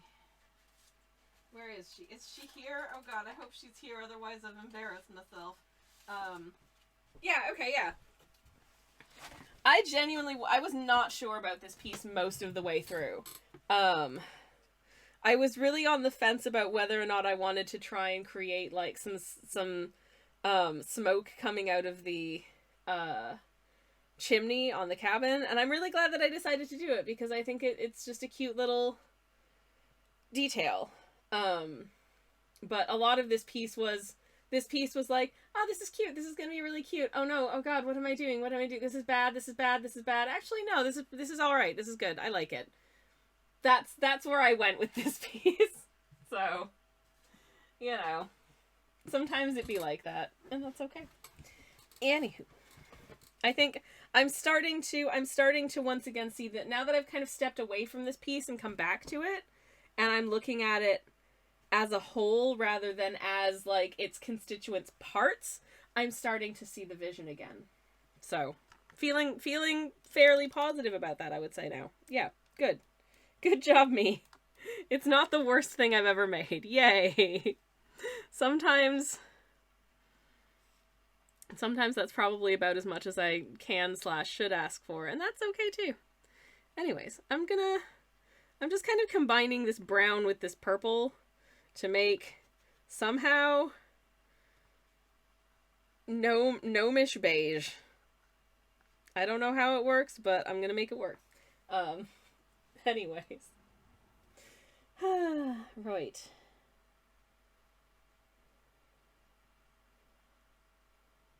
Just get a bit of a shadow up in there. And I'm going to be perfectly honest with you. I feel like most of this hand is probably not very well lit. Because it's all the way down here. So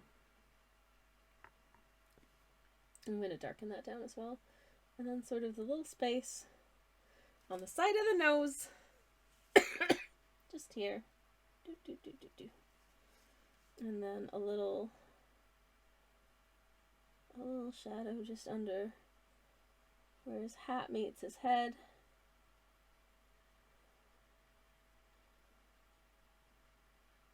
Yeah, especially over, I think, on this side of the little bit of hair that's kind of hanging out there. Okay, cool. Cool. Do I want to just maybe kind of do like most of this ear as well? Yeah, I think I maybe do. Oh, damn, it's getting cute. Oh, damn, y'all, this is getting cute. Oh, no. It's getting cute. I feel like, again, I was a little uncertain, but I feel like the more I futz with it, the more I'm feeling like, yeah, okay, no, this is cute. This is cute. This is working for me. Yay! Anywho, I hope it's working for y'all. It's still nowhere near done. We will hopefully finish it today, but if we do not, that's okay too. Excuse me. Oh gnome, it's cute, says many distractions. Oh my god, thank you. I love that. That's beautiful. But yes. Right. Gonna do this little buddy now.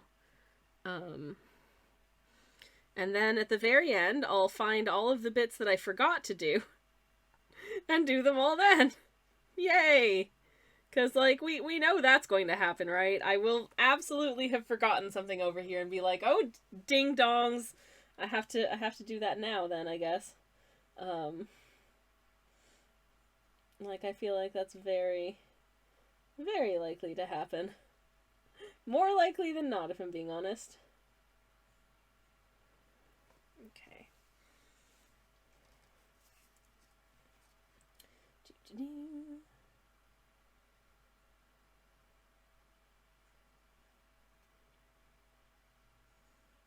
Get a little shadow just under the hat here.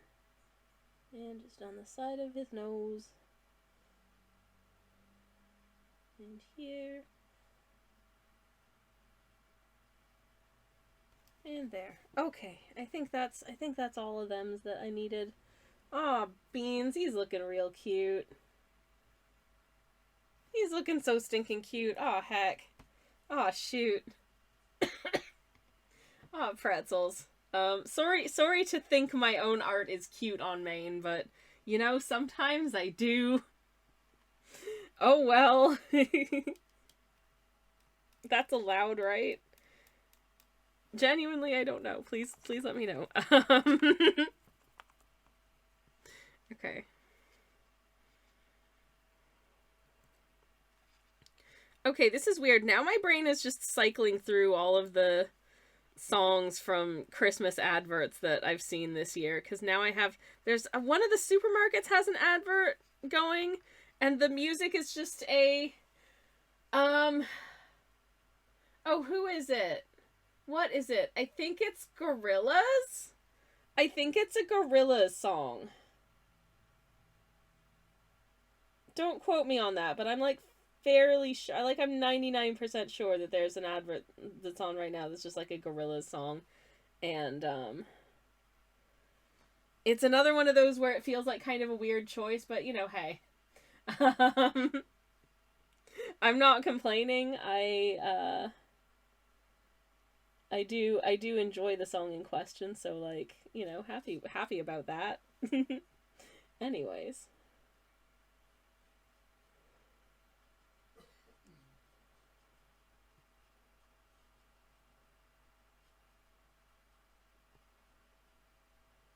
I think if there's one thing that I'm able to very capably demonstrate when I paint, it's that I don't really understand how shadows work. And at this point, I'm afraid to ask. No, I'm kidding. I mean, I don't understand how shadows work, but at this point, I'm, you know, could probably do some looking up of that kind of thing, but I haven't.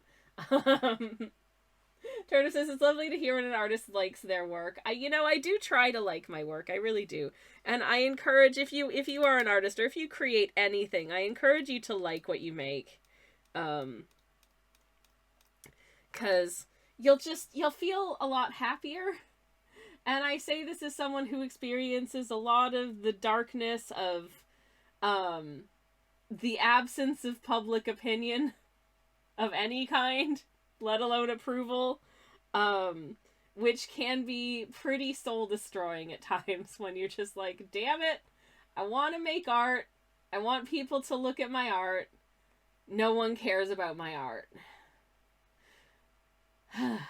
What's a little creature to do?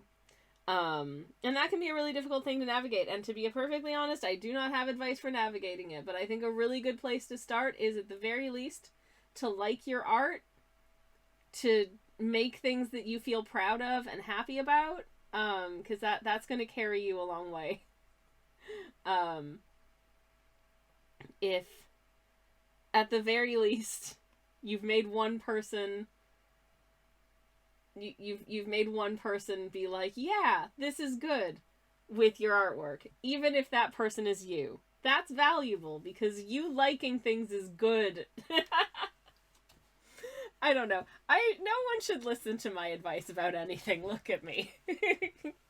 I'm just a little 2-bit streamer painting stupid little gnomes on the internet. What the hell do I know? Bupkis, that's what, but you know. I'm having a good time.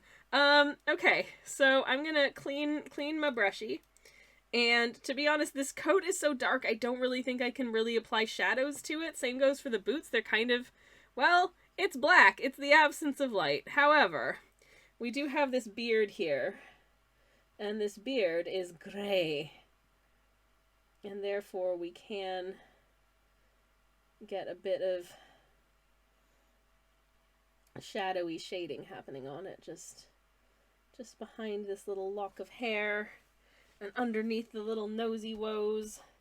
And I can kind of blot that down so it's not too extreme, and then I can decide that actually I think it was too extreme to begin with, and now I'm kind of stuck with it unless I try and like lift a bit of it, and that's what I'm gonna do, which may be a mistake, but you know, this paint does lift quite well whilst it's still wet, so hopefully I fixed it a little bit. I don't know. And now I'm realizing that I need a little more color in that. If I want to get some more shading down. And we are just about to have another break. Which will be our last break of the stream. So that'll be fun, hopefully. Do avail yourself of a nice opportunity to have a little stretchy do if you haven't had a stretch recently. I certainly have not, so I'm gonna do that. And also to oh, honestly, that's way better. That's gonna work way better. I'm happy with that. Okay. Have yourself a little stretch, have a beverage if you haven't had anything to drink recently. You know, take a bio break if you need to do a pee or whatever. I will be back in just a couple minutes. Please enjoy the BRB screen in the meantime. And thanks for hanging out with me. I'm having so much fun. We'll be back painting this painting very shortly. Sup nerds, I'm back. Hi. I almost switched to the thanks for watching screen instead of the art camera. Whoops. Hello. Welcome back to me. It's nice to be back. Oh, geez. Okay, now I just have the scariest part of the painting to do. How the heck do you paint light? It's one of the things that is, I think, one of the hardest things to do as a painter, and one of the things that I'm the worst at. So, yay. Thank you for the welcome backs, and also, hey Alva, welcome in! How are you doing? It is so good to see you! I hope you're having a great Monday. How are you? Hello, hello. And welcome. Ugh.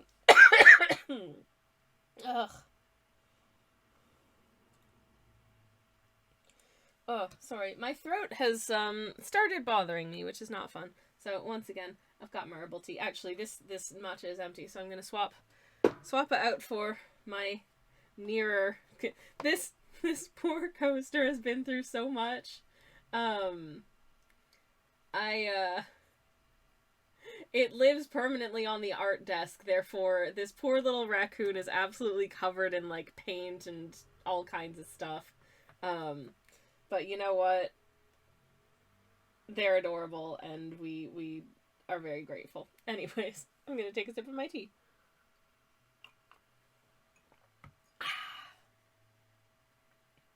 I actually don't know how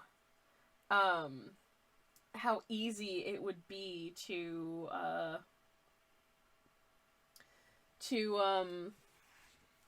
like clean it. I'm slightly afraid if you were to just like rub it with a damp cloth or something, it would just damage the print, which has happened to me with other coasters. When you get, I think this coaster is a little bit more robust, but a lot of coasters, the image that's printed on top is literally just on paper. So if you spill something on it, you try and wipe it off with a damp cloth, you end up wiping off some of the print, which is super helpful. My parents have these beautiful old coasters of like little scientific type illustrations of European birds, and some of them are just barely visible now. Like, these poor little blue tits are like almost gone.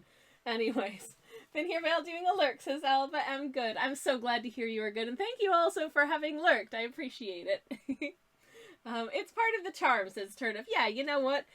This is like that meme where on the one side there is a pristine brand new plush Garfield, and on the other side is a plush Garfield that's like the stuffing is like very not very fluffy anymore, and the fur is all sort of like matted down and looks like it's been through the wash a number of times, and he's kind of going gray. And it just says, to be loved is to be changed. And it's like, it's just beautiful. That's just lovely. I love that. I think that's nice. I need to paint the candlelight and I'm scared. That's what's happening now. I need to paint the candlelight and I am scared about it. I'm gonna use this. They actually call this flesh color, I believe. No human's flesh is this color. Even if you have like a yellow undertone to your skin, it is not this color. I would not use that sort of unadulterated to represent any human flesh. Maybe they don't mean human flesh. It doesn't say human flesh color, it just said flesh color. I mean, it's that. It's yellow. But, I guess if you're doing very, very abstract works, or possibly Simpsons, it could be, oh my gosh, I'm being so naive. It's Simpson color. It's Simpson color. Of course it is. This is for if you want to paint Simpsons. No. I keyed. Anyways. Okay. I have decanted some of this out. Hooray! And I'm going to attempt Simpsons color skin since Turnip. That's pretty much what it is, I think. It's kind of what it is. This lantern is projecting quite a ways out. So we've got quite a bit of a glow to try and represent here. So first of all, I'm just going to drop way too much color onto there, then blot it off, and then try and refine it down, like, detail-wise. What the heck do flames look like? Am I looking at pictures of flames right now to try and figure out what the heck flames look like? Yes, of course I am! Because I don't know! Anyways. Okay, I think what I might do is that, and then I'm gonna just grab a second brush, and use this dry brush to kind of lift some of that color out of here. I have no idea if this is going to work, but I'm trying. You're not wrong, says Turnip. Hell yeah. Thank you. I appreciate the validation. I do want this to feel glowy enough. Maybe it's worth trying to just slightly exaggerate the glow coming off of it. Okay, yeah, we've got a little bit of a glow there. That's no, you can't see it.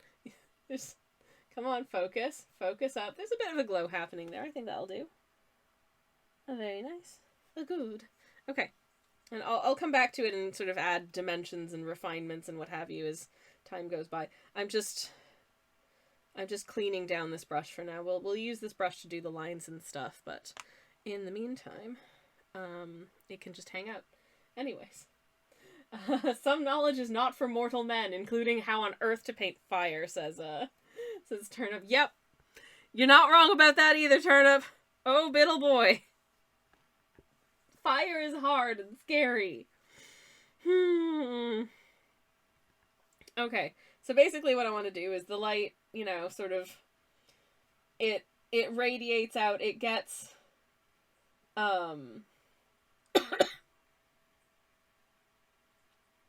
it's gonna get less light as it gets further away from the thingy, so,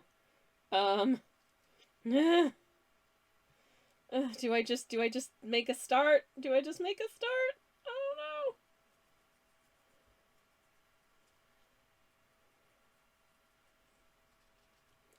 Just gonna make a start. And start blobbing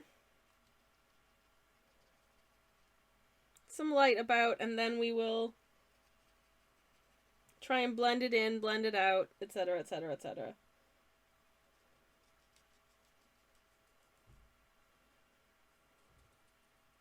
Hope that it doesn't all end up looking stupid and bad.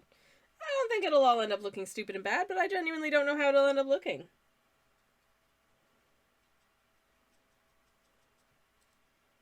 But I'm gonna try my best. Okay, I'm gonna wet this down a little bit more. Blend in.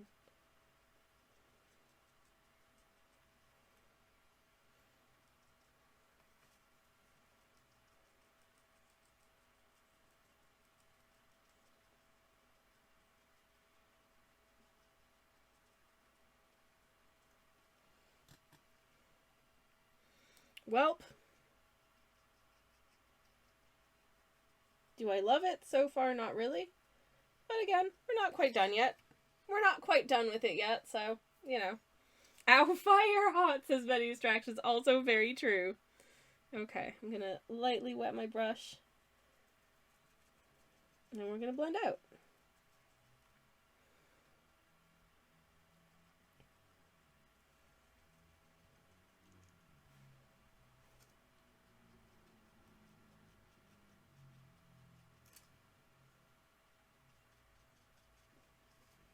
And it's gonna go kind of bad. Actually, I say it's gonna go kind of bad. I think it's going okay.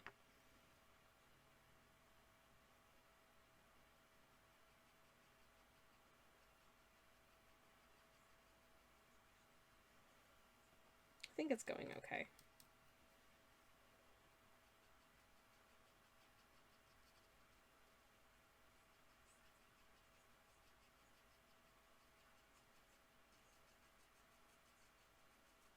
Blend, blend, blend, blend, blend.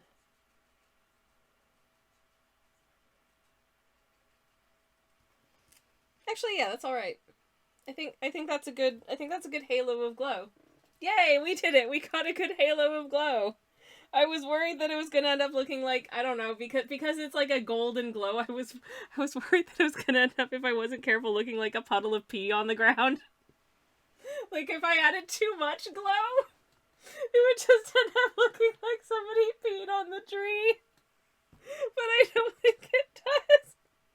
I think you can extrapolate based on the context cues that there's glow coming from the lantern.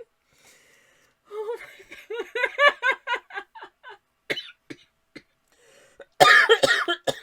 Okay, that was my fault. I broke my own airways there. Oh my god. Pretty glowy lamps, as many distractions. Oh, thank you. Ugh. Also, probably not worth noting, but I'm going to note it anyways because it has just twanged that my right shoulder... I'm left-handed, thank God. My right shoulder has been killing me for days. I'm hoping that'll clear up soon because it's really annoying. But thank goodness it's not the shoulder that's like my doing things arm. My left shoulder is fine for the moment. Does touching wood veneer count as touching wood? Hold on, that's solid wood. Our bookshelf is solid wood. I am knocking on it, I'm touching it, I'm doing all of the things. Okay, we're good. Sen says, please don't break your airways, Sammy. They are important. I agree, and I'm trying not to. I'm taking another sip of my tea. Yum. Oh,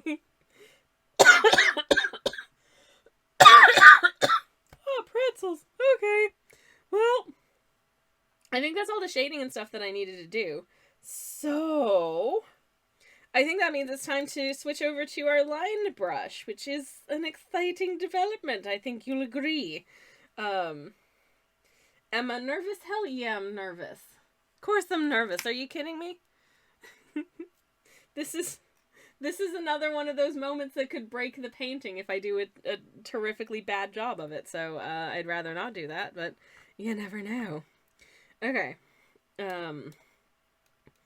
Namely, I just want to point out again, the reason I haven't really touched the beard at all in this, partly because the granulation I managed to get in the paint on the beard is so stinking good, I don't want to mess it up.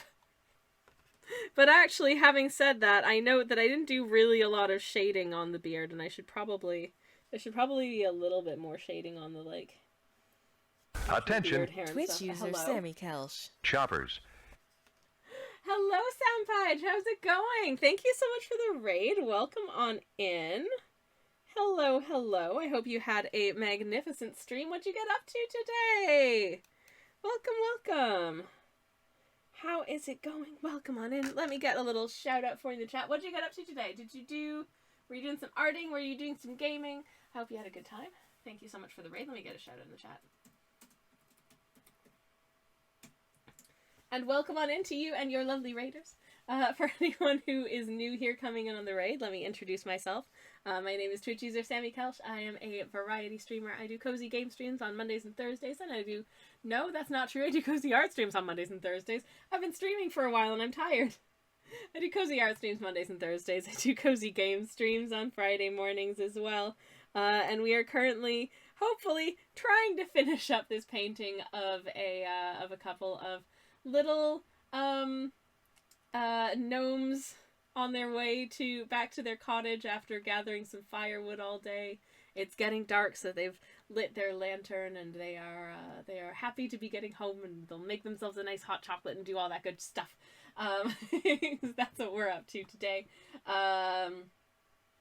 Sampage says, Hi, I was crafting bookmarks. Ooh, very nice. By Rigid Heddle Weaving. Ooh, very cool. As always, there is an optional art tax here on stream if there is anything that you would like to share, in terms of arts or crafts or anything like that you would love to share with the stream. By all means, feel free to whisper a link in my direction, and I would very much love to share it with the class. But this is also a tax optional stream, so if you just want to chill, and do your post-stream stuff and not worry about all that, that's allowed too, entirely up to you. But thank you so much for coming in. Turnip's doing a lurk. Thank you so much for the lurk, Turnip. I hope you have a lovely, lovely lurk, and thank you so much for hanging out with us today. For anyone who has come in on the raid, allow me to introduce you to, I guess, some of the things that I get up to here when I'm doing arts and stuff. This is a recent painting that I painted on stream a little while back. It's just a couple of magpies. I just got this idea into my head that I was like, I think that an Australian magpie and a Eurasian magpie should meet. 'Cause I am a certified magpie enjoyer, and I wanted to paint some magpies, and so I decided, what if these two magpies with very different habitats became friends? And that's how we ended up with this painting, as you do, which is very normal. of me. Anyways, I love this Senpai Joe. Thank you so much. Thank you. And thank you again for the raid. I really do appreciate it. Let me get another shout out for you in the chat. And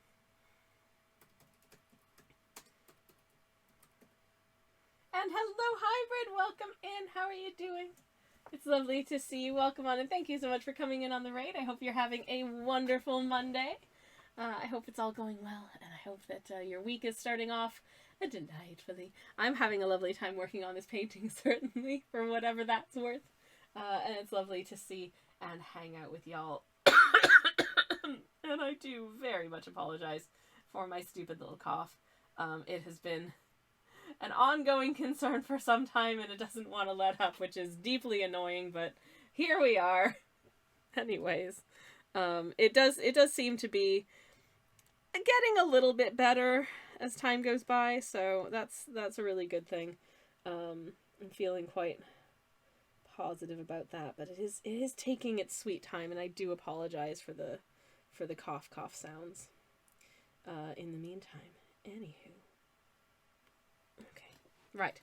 Now, what have we been talking about on stream today? We have been talking about specifically like holiday related advertising. Oh, I must go rest a bit, says Senpai. My back is hurting from the weaving, but I'll stay lurking for sure. Thank you so much for the lurk, and thank you again for the raid. I really appreciate it. Please go rest your back, look after yourself. Thank you again so much for raiding, and oh my goodness, that weaving sounds so cool. I love that. That is something I would love to be able to do. I very much admire folks who have that skill set. I think it's so cool. So thank you so much for sharing, and for rating, and for saying hello, and trusting me with your people. I very much appreciate it. Thank you so much, and have a lovely lurk. Sorry, that was a very long statement. I'm just like, blah, blah, blah, I can't say a short sentence. Anyways, we were talking about specifically advertising around the holidays for some reason. And, I was, thinking about, sort of the pull out all the stops, high budget productions that a lot of, retailers do for their Christmas ads specifically this time of year, and how some of them hit better than others. There's the one that just, oh, it just makes me want to punch a wall every time I hear that stupid bit of funk music and a voice going woo. It just, I hate it so much. And yeah, a lot of them I have a genuine fondness for. Earlier we were talking about the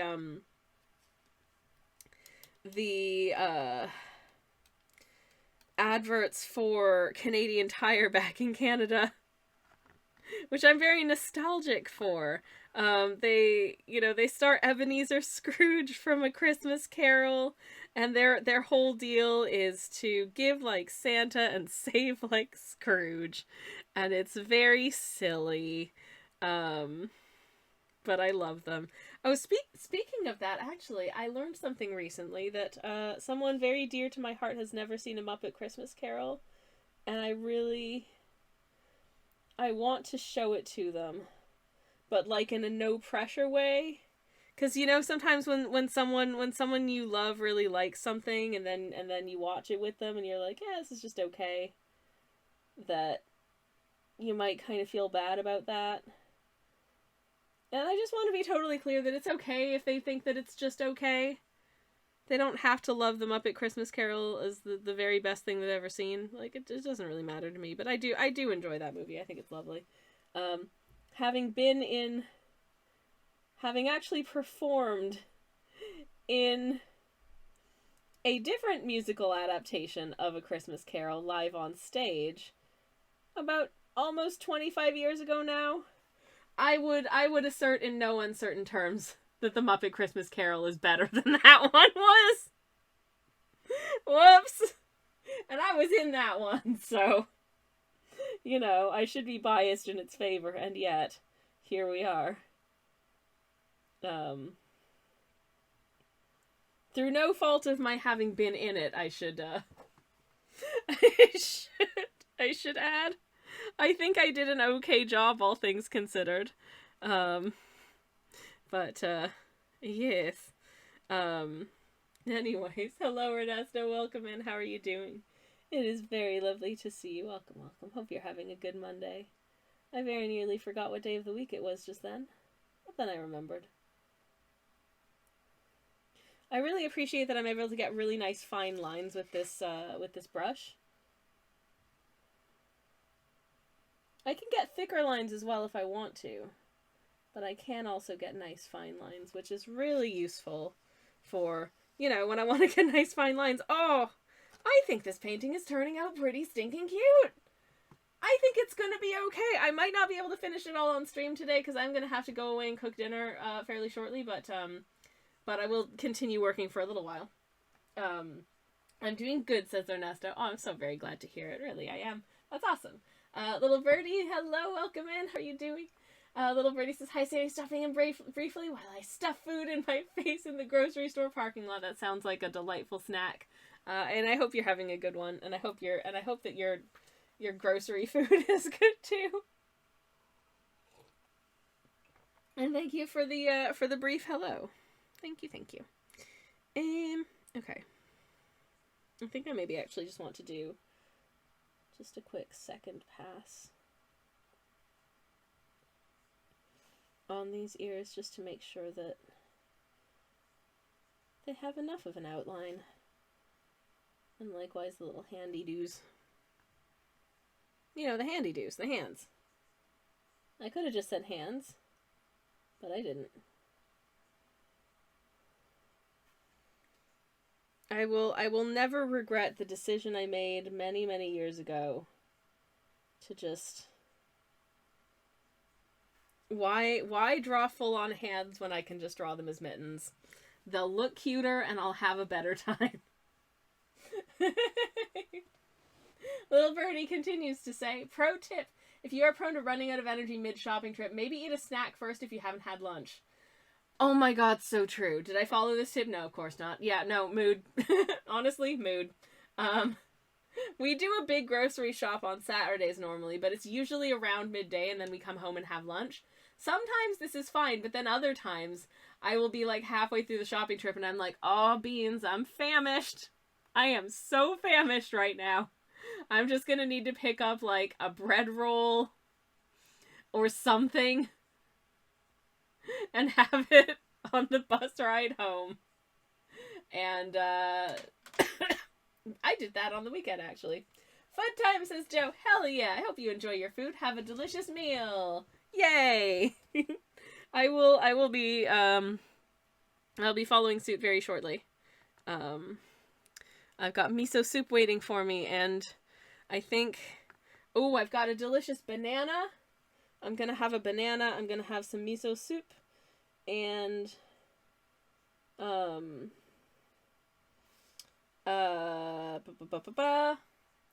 banana, some miso soup, and then maybe some thingy as well. Thingy. What is the thingy? Come on. It's a word. You know the word. Come on, get that word out of you. Marmalade toast. I don't know why it was so hard for me to find the word marmalade toast in there. Words are hard. Words are so hard sometimes. Listen. I am trying my best. And sometimes words are very hard. Even when they're easy words like marmalade toast.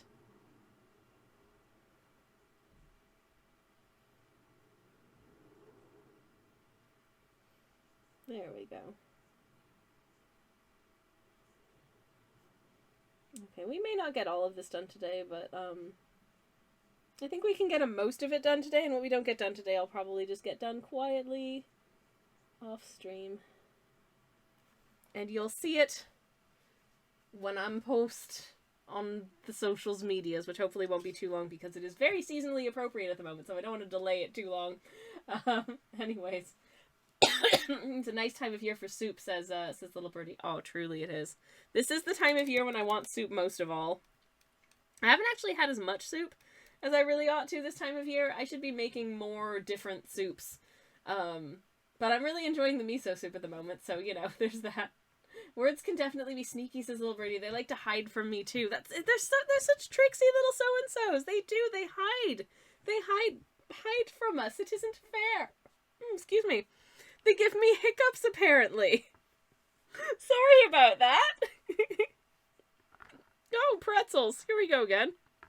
Jeez Louises. Ah, cheese pizza. Okay. Let me pick up some of this, this color. Words are elusive, says Joe. Yes, they truly are. They hide from us. They hide, and they quietly giggle to themselves. Tee-hee, tee-hee. Oh, they don't know what to say. Oh, it's very mean. Anyways, exclamation mark, says Little Birdie. I'm sorry.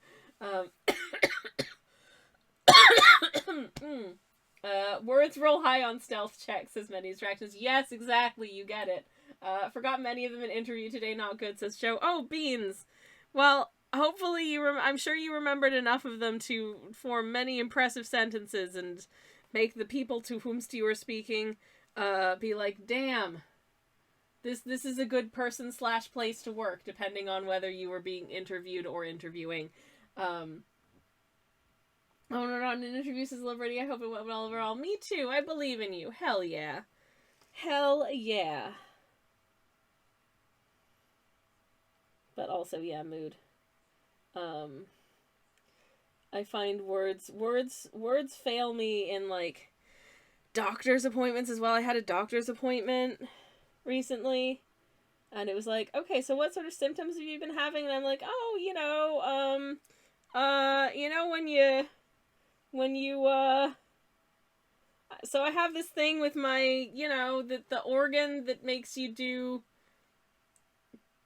breathing, you know, they kind of look like this. Not quite that bad, but not great either. Hopes this is Joe. I have no job still. Fingies, toes, arms, legs, and eyes crossed. I have crossed, okay, everything. You can't see them, but everything is crossed for you. Not that you need my crossed limbs and digits, because you are a superstar, and I believe in you.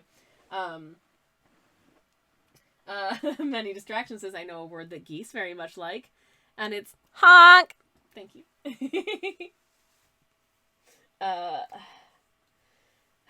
But yes, it's Christmas, so everything shuts down, says Joe. Yep, also true.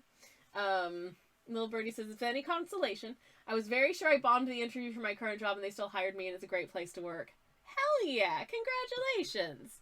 Hell yes, indeed. And that's why one should believe in oneself. That's awesome! Good job, you. I have definitely had that before where I'm like, oh, this went horribly. And then I'll get like a call or an email and they're like, hey, we were really impressed with you. Do you want to come in and do some stuff? And I'm like, what? Yes? What? I mean, yup. How? So I'll try to pass my good luck through the interwebs to you. Oh, Little Birdie, that's very sweet. Hell yeah. Hell yeah, very cool.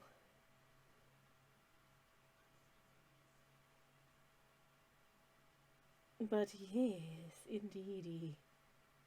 Okie dokie. Okay. We have the beginnings of some gnomes. I'm feeling pretty good about it. Oh, I'm gonna take this color as well and use it to kind of, to do like the outline of our little flickering flame. Like so. But then what I'm going to do is wet this down slightly and just try and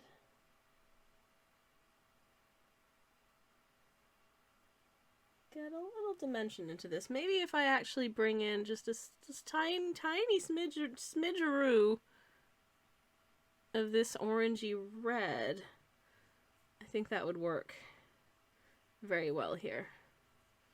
So I think my brush is too dry and I'm not picking any of it up, but eh. Oh no, I did. Okay. Oh, hell yeah. There we go. Now we have an interesting... See, look at that. Now we have an interesting flame. Good. Good, good, good. Love it. And actually, can I have it just be... Can I have it just be casting a little bit of a glow onto the candle underneath? Like so. Just a tiny bit. Just a teeny tiny bit. There we go. Good. Little Birdie says, yeah, the owner of the business just doesn't know how to people, and it came across as being very unimpressed with me. Oh, well, there you go. It's very hard to, sometimes it's really hard to read people. I think in general, I'm not always necessarily great at reading people. I sort of, that being said, I sort of exist on both sides of the continuum and never anywhere in the middle. I am either terrible at reading people or way too good at reading people. And absolutely no in between. And it just depends on the vibes of the day, I suppose, as to which one it's gonna be. Little Bird says, phew. Okay, I have consumed surprisingly good for grocery store Pokeball. Oh, wow. Surprisingly good for grocery store Pokeball? That's impressive. Love that for you. Now I must get stuff. Go home to my freezer. Oh my god, go get your frozen food there before it defrosts. Go, go, go, go, go. Schnell, you got this. I believe in you. Anyways, thank you for hanging out, Little Birdie. You're awesome. I hope that you have a lovely rest of your journey home and putting away of the groceries. This is adorable, Sammy. I'm glad I want to see. Oh, thank you so much, Little Birdie. I appreciate it. Cho says, I actually asked at the end of one interview how it went, because I said my mom would ask. That is so cute. Got a call today about that interview strand. They would like to offer me a job, but can't because some details haven't gone through, but I'm top of the list. Ooh! Fingies crossed! Fingies crossed. I mean, that's very promising and exciting, and hell yeah. I love the lamp glow effect. Oh, thank you so much. I was dithering so much about this lamp glow effect as I was working on it and sort of trying to blend in and out the sort of warm golden lamplight glow. I was genuinely a little bit concerned that it was going to look like there was just, if I didn't blend it well enough or I used too much yellow, it was going to look like there was just a puddle of wee on the ground, which is less the vibe that I'm going for. I'm not really here to paint puddles of piddle. It's not cozy. Anyways, yeah, I'm taking that as a win, says Joe. Hell yeah. But still no job and still have to wait until January for things to pick up again. Yeah, that makes sense.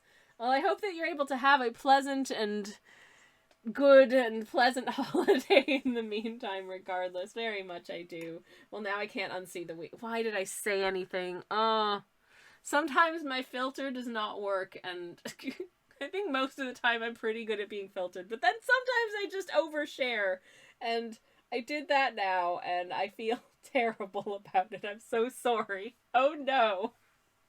No, why would I do that? I'm so sorry. Okie dokie. Well, let's get some line weight and some details on these little brown booties then, I guess.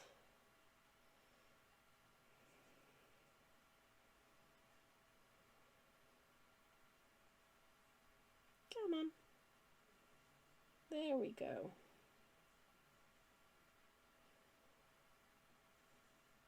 Okay. I'm just gonna drop a suggestion of some lacing on these booties. These booties are laced up. Very nice. Nice, comfy little practical winter booties. Unlike me, who has been wearing Tom's shoes without socks for days and days and days. Because, I haven't had to wear, like, colder weather sock shoes in so long that apparently somebody made cobwebs inside my shoes and I've had to put them through the wash because they were all cobwebbed on the inside, which, you know, I do not want. So now I'm waiting for my shoes to dry so I can wear them again. Oh, goodness gracious. They're not going to be done in time for my medical appointment, are they? Oh, plip plops. Heck. Bad spider, says Joe. Thank you. I wholeheartedly agree. I mean, to be honest, the spiders love coming inside our house and just putting cobwebs everywhere, and I'm scared of spiders. My moderator slash spouse is also quite scared of spiders, but I think slightly less than I am. It's not ideal. And also, they just leave cobwebs all over the ding-dang place that we then have to hoover up, and it's really annoying. Spiders trying on shoes, says Many Distractions. This looks a bit big for me. Oh my god, I tell you what. If there was a spider in my house for whom, like, a UK size 5 Adidas Gazelle shoe would fit, that's it. I'm leaving the house. I'm never coming back. I'm going someplace else. We are moving away immediately, burning it down, leaving and never coming back, because that is absolutely terrifying. And now that I'm scared, I think I'm going to call it there for today. I know we're not done, but I got to go make soup.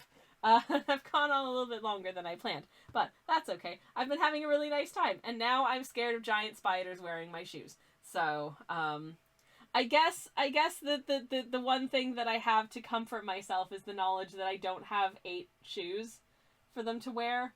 Certainly not 8 of the same type of shoe. So if they wanted to wear entirely Adidas Gazelles, and you would want all of your shoes to have the same sort of size, shape, and weight, presumably, and like insole structure and all that jazz. You wouldn't want to be wearing, like, like 2 pairs of Adidas Gazelles, a pair of Toms, and then, like, my husband's sandals or something. That's not going to work for you. So, I don't think that's going to happen here. So, I feel a little bit comforted by that knowledge. So, it's okay. Don't worry about it. The spoops are okay. Many Distractions. I will be all right. But what I am going to do is I'm going to see if I can find someone that we can do a little raid on. I'm also going to have a mild complaint about how they changed the Twitch layout, and now all of the things that tell you, like, how long the stream's been live for, what's the name of the streamer, is in a different position than it was last week. It's very strange. I've been hanging out and lurking in a whole bunch of people's streams today before I started streaming, and yeah, that whole thing is throwing off my poor little brain, and I don't like it. So we're gonna go do a raid. Let me just check and make sure that this person is not just about to... No, I don't want to change the stream description.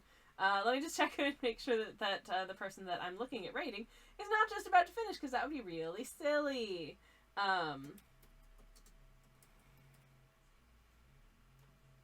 But I don't think... If we have raided this person, we haven't raided them in a very, very long time, so that'll be a nice thing to do. Hopefully they're not just about to finish. Fingies crossed. They're doing some... Oh, is this a bone game situation? It looks like it might be something like a bone game situation. Ooh, okay, very cool. Yeah, there's some cute stuff happening over on Casey's stream, so we're gonna go say hello to Casey. I'm gonna start a raid. I'm gonna pop a generic raid message in the chat. And I will be back on Thursday doing something very festive, because that will be our second to last art stream before the holidays. So I'm just going to pop generic raid message, and of course our gnome husband emotes. So feel free to grab the stream a message if you would like to. Feel free to grab the emotes if you have the emotes. If you do not have the emotes, you can just say generic raid message, or append any cute, fun emotes that you do have. It's all good. And thank you so much for hanging out with me today. I've had a lovely time hanging out with y'all. Have a good one, everyone. Have a good evening. Take care of yourselves. I'll be back on Thursday, and I'll be online in the meantime. Take care. This sentence has gone on for too long. Goodbye, good night, and good luck.